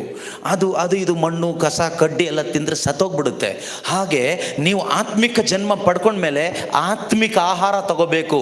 ಆತ್ಮಿಕ ಆಹಾರ ದೇವರ ವಾಕ್ಯವಾಗಿದೆ. ದೇವರ ವಾಕ್ಯ ಎಂಬ ಶುದ್ಧವಾದ ಆಧ್ಯಾತ್ಮಿಕ ಹಾಲು ಆಹಾರ ಕುಡಿಬೇಕು. ಸಂತ ಪೇತ್ರನು ಬರೆದ ಮೊದಲನೇ ಪತ್ರಿಕೆ 2ನೇ ಅಧ್ಯಾಯ 2ನೇ ವಾಕ್ಯದಲ್ಲಿ ನಾವು ಓದ್ತೀವಿ. 1 ಪೇತ್ರ 2ನೇ ಅಧ್ಯಾಯ 2ನೇ ವಾಕ್ಯ. ಹೊಸ ಜನ್ಮ ಪಡೆದ ಶಿಶುಗಳಂತೆ, ಹೊಸ ಜನ್ಮ ಪಡೆದ ಶಿಶುಗಳ ಹಾಗೆ ಶುದ್ಧವಾದ ಆಧ್ಯಾತ್ಮಿಕ ಹಾಲಿಗಾಗಿ ಹಂಬಲಿಸಿರಿ. ನೀವೇನು ಮಾಡ್ಬೇಕೀಗ? ಮಗು ಹುಟ್ಟಿದ ತಕ್ಷಣ ತಾಯಿಯ ಎದೆ ಹಾಲು ಕುಡಿಬೇಕು ಅಂತ ಆಸೆಪಟ್ಟು ಆ ಹಾಲಿಗಾಗಿ ಹುಡುಕುತ್ತೆ ಮಗು. ಹುಟ್ಟಿದ ತಕ್ಷಣ ಆಸ್ಪತ್ರೆ ನರ್ಸ್ ತಗೊಂಡೋಗಿ ತಾಯಿಯ ಹಾಲು ಕುಡಿಲಿಕ್ಕೆ ಹೆಲ್ಪ್ ಮಾಡ್ತಾರೆ. ಮಗುಗೆ ಫಸ್ಟ್ ಬೇಕಾಗಿರೋದೇ ಅದು. ಪ್ರೀತಿಯ ಸಹೋದರ ಸಹೋದರಿ, ಆತ್ಮಿಕ ಜೀವಿತದಲ್ಲಿ ನೀನು ನಿಜವಾಗಲೂ ಹೊಸದಾಗಿ ಹುಟ್ಟಿದ್ದೇ ಆದರೆ, ನೀನೊಂದು ಆತ್ಮಿಕ ಜನ್ಮ ಪಡೆದಂಥ ವ್ಯಕ್ತಿ ಆಗಿದ್ದರೆ, ನಿನ್ನೊಳಗಡೆ ನಿಜವಾಗ್ಲೂ ಪವಿತ್ರಾತ್ಮರು ನಿಜವಾಗ್ಲೂ ಇದ್ದರೆ, ನೀನೇನು ಮಾಡ್ತೀಯ? ಹಾಲಿಗೋಸ್ಕರ ಹಂಬಲಿಸ್ತೀಯ. ಜೀವ ಇಲ್ಲದೆ ಇರೋ ಸತ್ತು ಮಗು ಅಳೋದಿಲ್ಲ. ಮಗು ಹುಟ್ಟಿತು, ಸತ್ತೋಯ್ತು, ಅದನ್ನ ಎತ್ಕೊಂಡೋಗಿ ಯಾರು ಹಾಲು ಕುಡಿಸೋದಿಲ್ಲ. ಕುಡಿಯಲ್ಲ, ಅದು ಕುಡಿಯೋಕ್ಕಾಗೋದು ಇಲ್ಲ. ಆದರೆ ಜೀವ ಇರುವವರು ಯಾರೆಲ್ಲ ಆಲಿಸ್ತಾ ಇದ್ದೀರೋ, ನಿಮ್ಮ ಒಳಗಡೆ ನಿಜವಾದ ಜೀವ ಇದ್ದರೆ ಮಾತ್ರನೇ. ಇಲ್ಲದೇ ಇದ್ದರೆ ಪಡ್ಕೋಬೇಕು. ಬೆಳಗ್ಗೆ ಹೇಳಿದೆ ನಾನು ಹೇಗೆ ಪಡ್ಕೊಳ್ಳೋದು ಅಂತ. ಜೀವ ಇದ್ದರೆ ನಿಮ್ಮ ಒಳಗಡೆ ಬಂದಿರತಕ್ಕಂತಹ ಪರಿಶುದ್ಧಾತ್ಮನ ಮುಖಾಂತರ ನಿಮ್ಮ ಒಳಗಡೆ ಒಂದು ದಾಹ ಕ್ರಿಯೇಟ್ ಆಗುತ್ತೆ. Holy Spirit will create that thirst in your heart, thirst for God's world. ದೇವರ ವಾಕ್ಯಕ್ಕಾಗಿ ನಿಮ್ಮ ಒಳಗಡೆ ಒಂದು ದಾಹವನ್ನು, ಹಸಿವನ್ನು ಹುಟ್ಟಿಸ್ತಾರೆ ಪರಿಶುದ್ಧಾತ್ಮರು. That is another symptom of new birth. ಬೆಳಗ್ಗೆ ಒಂದು ಹೇಳಿದೆ ನಾನು, ಈಗ ಇನ್ನೊಂದು ಸಿಂಪ್ಟಮ್. ನಾನು ಹೊಸದಾಗಿ ಹುಟ್ಟಿದ್ದೀನಿ, ಪವಿತ್ರಾತ್ಮ ಇದ್ದಾರೆ ಅನ್ನೋದಕ್ಕೆ ಹೇಗೆ ತಿಳ್ಕೊಳ್ಳೋದು ನಾನು? You will have this thirst. ನಿನ್ನ ಒಳಗಡೆ ಈ ದಾಹ ಬರುತ್ತೆ. ಕೆಲವರಿಗೆ ನೋಡಿ, ಅವ್ರು ಸುಮ್ಮನೆ ಹೋಗ್ತಾರೆ ಚರ್ಚಿಗೆ, ಅಲ್ಲಿ ಪ್ರಾರ್ಥನೆ, ಇಲ್ಲಿ ಪ್ರಾರ್ಥನೆ, ಅಲ್ಲಿ ಧ್ಯಾನ, ಇಲ್ಲಿ ಎಲ್ಲ ಕಡೆ ಹೋಗ್ತಾರೆ. ಒಳ್ಳೆಯದೇ, ಹೋಗೋದು ಒಳ್ಳೆಯದೇ, ಹೋಗ್ಬೇಕಾಯ್ತಾ? ಅದೇ ಫಸ್ಟ್ ಸ್ಟೆಪ್. ಹೋಗ್ತಾರೆ ಬರ್ತಾರೆ. ಆದರೆ ವಾಕ್ಯಕ್ಕಾಗಿ ದಾಹ ಇಲ್ಲ. There is no thirst for the word of God. ಕಾರಣ ಏನು? ಒಂದು, ಹೊಸದಾಗಿ ಹುಟ್ಟಿಲ್ಲ. ಆತ್ಮದಲ್ಲಿ ಹೊಸ ಜನ್ಮ ಪಡ್ಕೊಳ್ಳದೆ ಇದ್ದರೆ ಈ ಥರ್ಸ್ಟ್ ಬರೋದಿಲ್ಲ. ಆದರೆ ಹೊಸದಾಗಿ ಹುಟ್ಟಿದ ಮೇಲೆ ಅಂಥವರಿಗೆ ದೇವರು ಹೇಳ್ತಾರೆ, ಹೊಸದಾಗಿ ಹುಟ್ಟಿದ ಶಿಶುವಿನ ಹಾಗೆ ನೀವು ಶುದ್ಧವಾದ ಆಧ್ಯಾತ್ಮಿಕ ಹಾಲಿಗಾಗಿ ಹಂಬಲಿಸಿರಿ. ಆಮೇಲೆ ಅದನ್ನು ಕುಡಿದು ಬೆಳೆಯುತ್ತಾ, ಅದನ್ನು ಕುಡಿದು ತಾಯಿಯ ಹಾಲನ್ನು ಕುಡಿದು ಮಗು ಬೆಳೆಯುತ್ತಾ ಇರುವ ಹಾಗೆ ನಾವು ಕೂಡ ತಂದೆ ದೇವರಿಗೆ ಮಕ್ಕಳಾಗಿ ಆತ್ಮಿಕ ಜನ್ಮ ಪಡ್ಕೊಂಡ ಮೇಲೆ ಶುದ್ಧವಾದ ಈ ದೇವರ ವಾಕ್ಯ ಎಂಬ ಆಧ್ಯಾತ್ಮಿಕ ಹಾಲನ್ನು ಕುಡಿದು ಬೆಳೆಯುತ್ತಾ ಜೀವೋದ್ಧಾರವನ್ನು ಹೊಂದುವಿರಿ. ಏನನ್ನು ಹೊಂದುವಿರಿ? ಇದು ಹೊಂದಬೇಕೆಂಬುದೇ ಧ್ಯಾನದ ಉದ್ದೇಶ, ಧರ್ಮಸಭೆಯ ಉದ್ದೇಶ. ಧರ್ಮಸಭೆಯಲ್ಲಿ ಸಂಸ್ಕಾರಗಳಿದೆ, ಅನೇಕ ಪ್ರಾರ್ಥನೆಗಳಿದೆ, ಬಲಿಪೂಜೆ, ಪಾಪ ನಿವೇದನೆ, ಆರಾಧನೆ, ಈ ಧ್ಯಾನಕೂಟಗಳು, ಇದೆಲ್ಲ ಇದೆ. ಇದರದ್ದು ಉದ್ದೇಶ ಏನು? ಒಂದೇ ಉದ್ದೇಶ ಆಯ್ತಾ? ನಮ್ಮದೆಲ್ಲ ಕಾಯಿಲೆ ವಾಸಿ ಆಗಬೇಕು, ನಮ್ಮದೆಲ್ಲ ಸಾಲ ತೀರಬೇಕು, ವೀಸಾ ಪಾಸ್ಪೋರ್ಟ್ ಎಲ್ಲ ಕರೆಕ್ಟಾಗಿ ಪಾಸಾಗಿ ಹೋಗಬೇಕು, ಮಕ್ಕಳು ಪರೀಕ್ಷೆನಲ್ಲಿ ಪಾಸಾಗಬೇಕು, ಚೆನ್ನಾಗಿ ಓದಬೇಕು, ಮನೆ ಎಲ್ಲ ಕಟ್ಟಿ ಸೆಟ್ಲ್ ಆಗಬೇಕು, ಸಾಲ ಎಲ್ಲ ಇದೆಲ್ಲ ಉದ್ದೇಶ. ಇದು ಧ್ಯಾನದ ಉದ್ದೇಶ ಅಲ್ಲ, ಇದು ನಮ್ಮ ಉದ್ದೇಶ. ನಾವು ಧ್ಯಾನಕ್ಕೆ ಬರೋದ್ರ ಉದ್ದೇಶ ಅದೇನೆ. ಆದರೆ ಧ್ಯಾನ ಕೊಡೋದ್ರ ಉದ್ದೇಶ, ಧರ್ಮ ಸಭೆಯ ಉದ್ದೇಶ, ಸಂಸ್ಕಾರಗಳ ಉದ್ದೇಶ, ಪ್ರಾರ್ಥನೆಯ ಉದ್ದೇಶ, ಬಲಿಪೂಜೆಯ ಉದ್ದೇಶ, ಪ್ರತಿಯೊಂದು ಏನೆಲ್ಲ ಆತ್ಮಿಕ ಕಾರ್ಯಗಳು ಸಭೆಯಲ್ಲಿ ನಡೀತಾ ಇದೆಯೋ ಪ್ರತಿಯೊಂದರ ಉದ್ದೇಶ ಒಂದೇ ಉದ್ದೇಶ: ನಿನ್ನ ಸಂಪೂರ್ಣ ರಕ್ಷಣೆ, ನಿನ್ನ ಸಂಪೂರ್ಣ ವಿಮೋಚನೆ, ನೀನು ಪೂರ್ತಿಯಾಗಿ ಯೇಸು ಥರ ಆಗಬೇಕು ಒಂದು ದಿನ. ಅದೇ ಉದ್ದೇಶ, ಬೇರೆ ಯಾವ ಉದ್ದೇಶನೂ ಇಲ್ಲ. ಮಿಕ್ಕಿದ್ದೆಲ್ಲ ನಾವು ಮಾಡ್ಕೊಂಡಿರೋ ಅಡಿಷನಲ್ ಉದ್ದೇಶಗಳು. ದೇವರು ನಮಗೆ ಪರಿಶುದ್ಧಾತ್ಮರನ್ನ ಕೊಟ್ಟು ದೇವರು ನಮ್ಮಿಂದ ಬಯಸೋದೇನು ಗೊತ್ತಾ? ಇದಾಗಬೇಕು.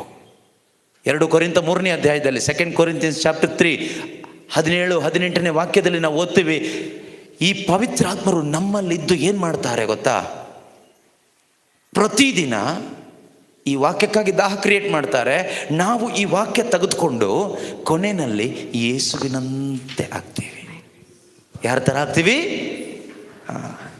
ಈಗ ವರ್ಷದಿಂದ ವರ್ಷಕ್ಕೆ ನಾವು ಯೇಸು ಥರ ಆಗಬೇಕು.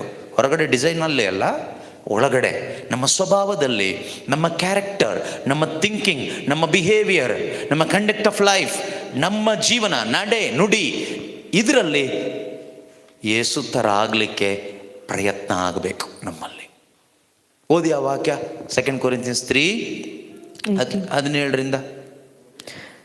ಈ ವಾಕ್ಯದಲ್ಲಿ ಪ್ರಭು ಎಂದರೆ ದೇವರಾತ್ಮವೇ. ಪ್ರಭುವಿನ ಆತ್ಮ ಎಲ್ಲಿದೆಯೋ ಅಲ್ಲಿ ವಿಮೋಚನೆಯೂ ಇದೆ. ಪ್ರಭುವಿನ ಆತ್ಮ ನಿಮ್ಮಲ್ಲಿ ಇದ್ರೆ ನಿಮ್ಮಲ್ಲಿ ಏನಿರುತ್ತೆ?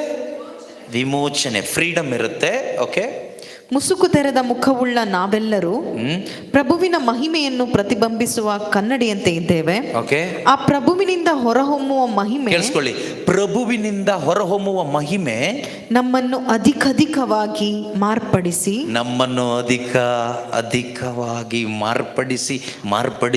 ಮಾರ್ಪಡಿಸಿ ಅವರನ್ನೇ ಹೋಲುವಂತೆ ಮಾಡುತ್ತದೆ. ಯಾರನ್ನು ಹೋಲುವಂತೆ ಮಾಡುತ್ತೆ? ಪ್ರಭುವನ್ನೇ ಹೋಲುವಂತೆ ಮಾಡುತ್ತಂತೆ.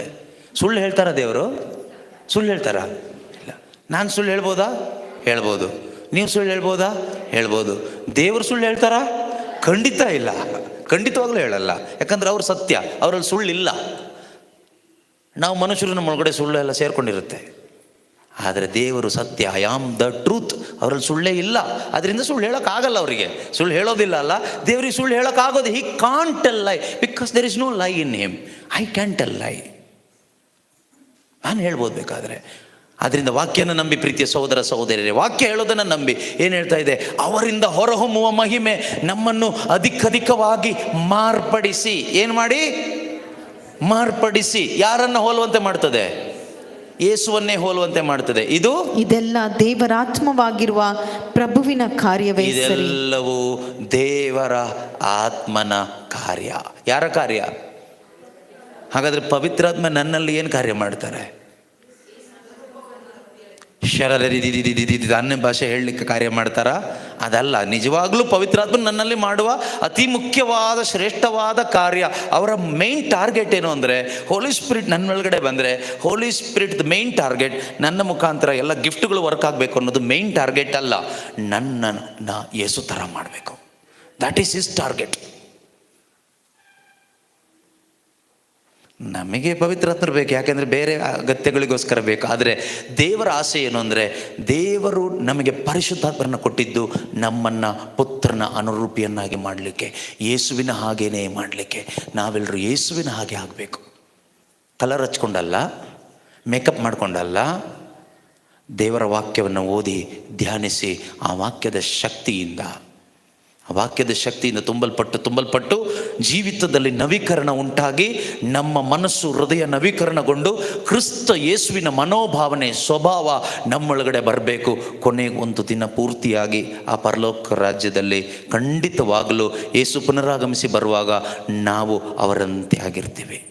ಅವರನ್ನ ಯಥಾರ್ಥ ರೂಪದಲ್ಲಿ ನಾವು ಅವರಾಗಿ ಕಾಣ್ತೀವಿ. ಯೇಸುವಿನಂತೆ ನಾವು ಆಗ್ತೀವಿ. ನಾವು ಯೇಸುವನ್ನು ಮುಖಾಮುಖಿಯಾಗಿ ನೋಡ್ತೀವಿ.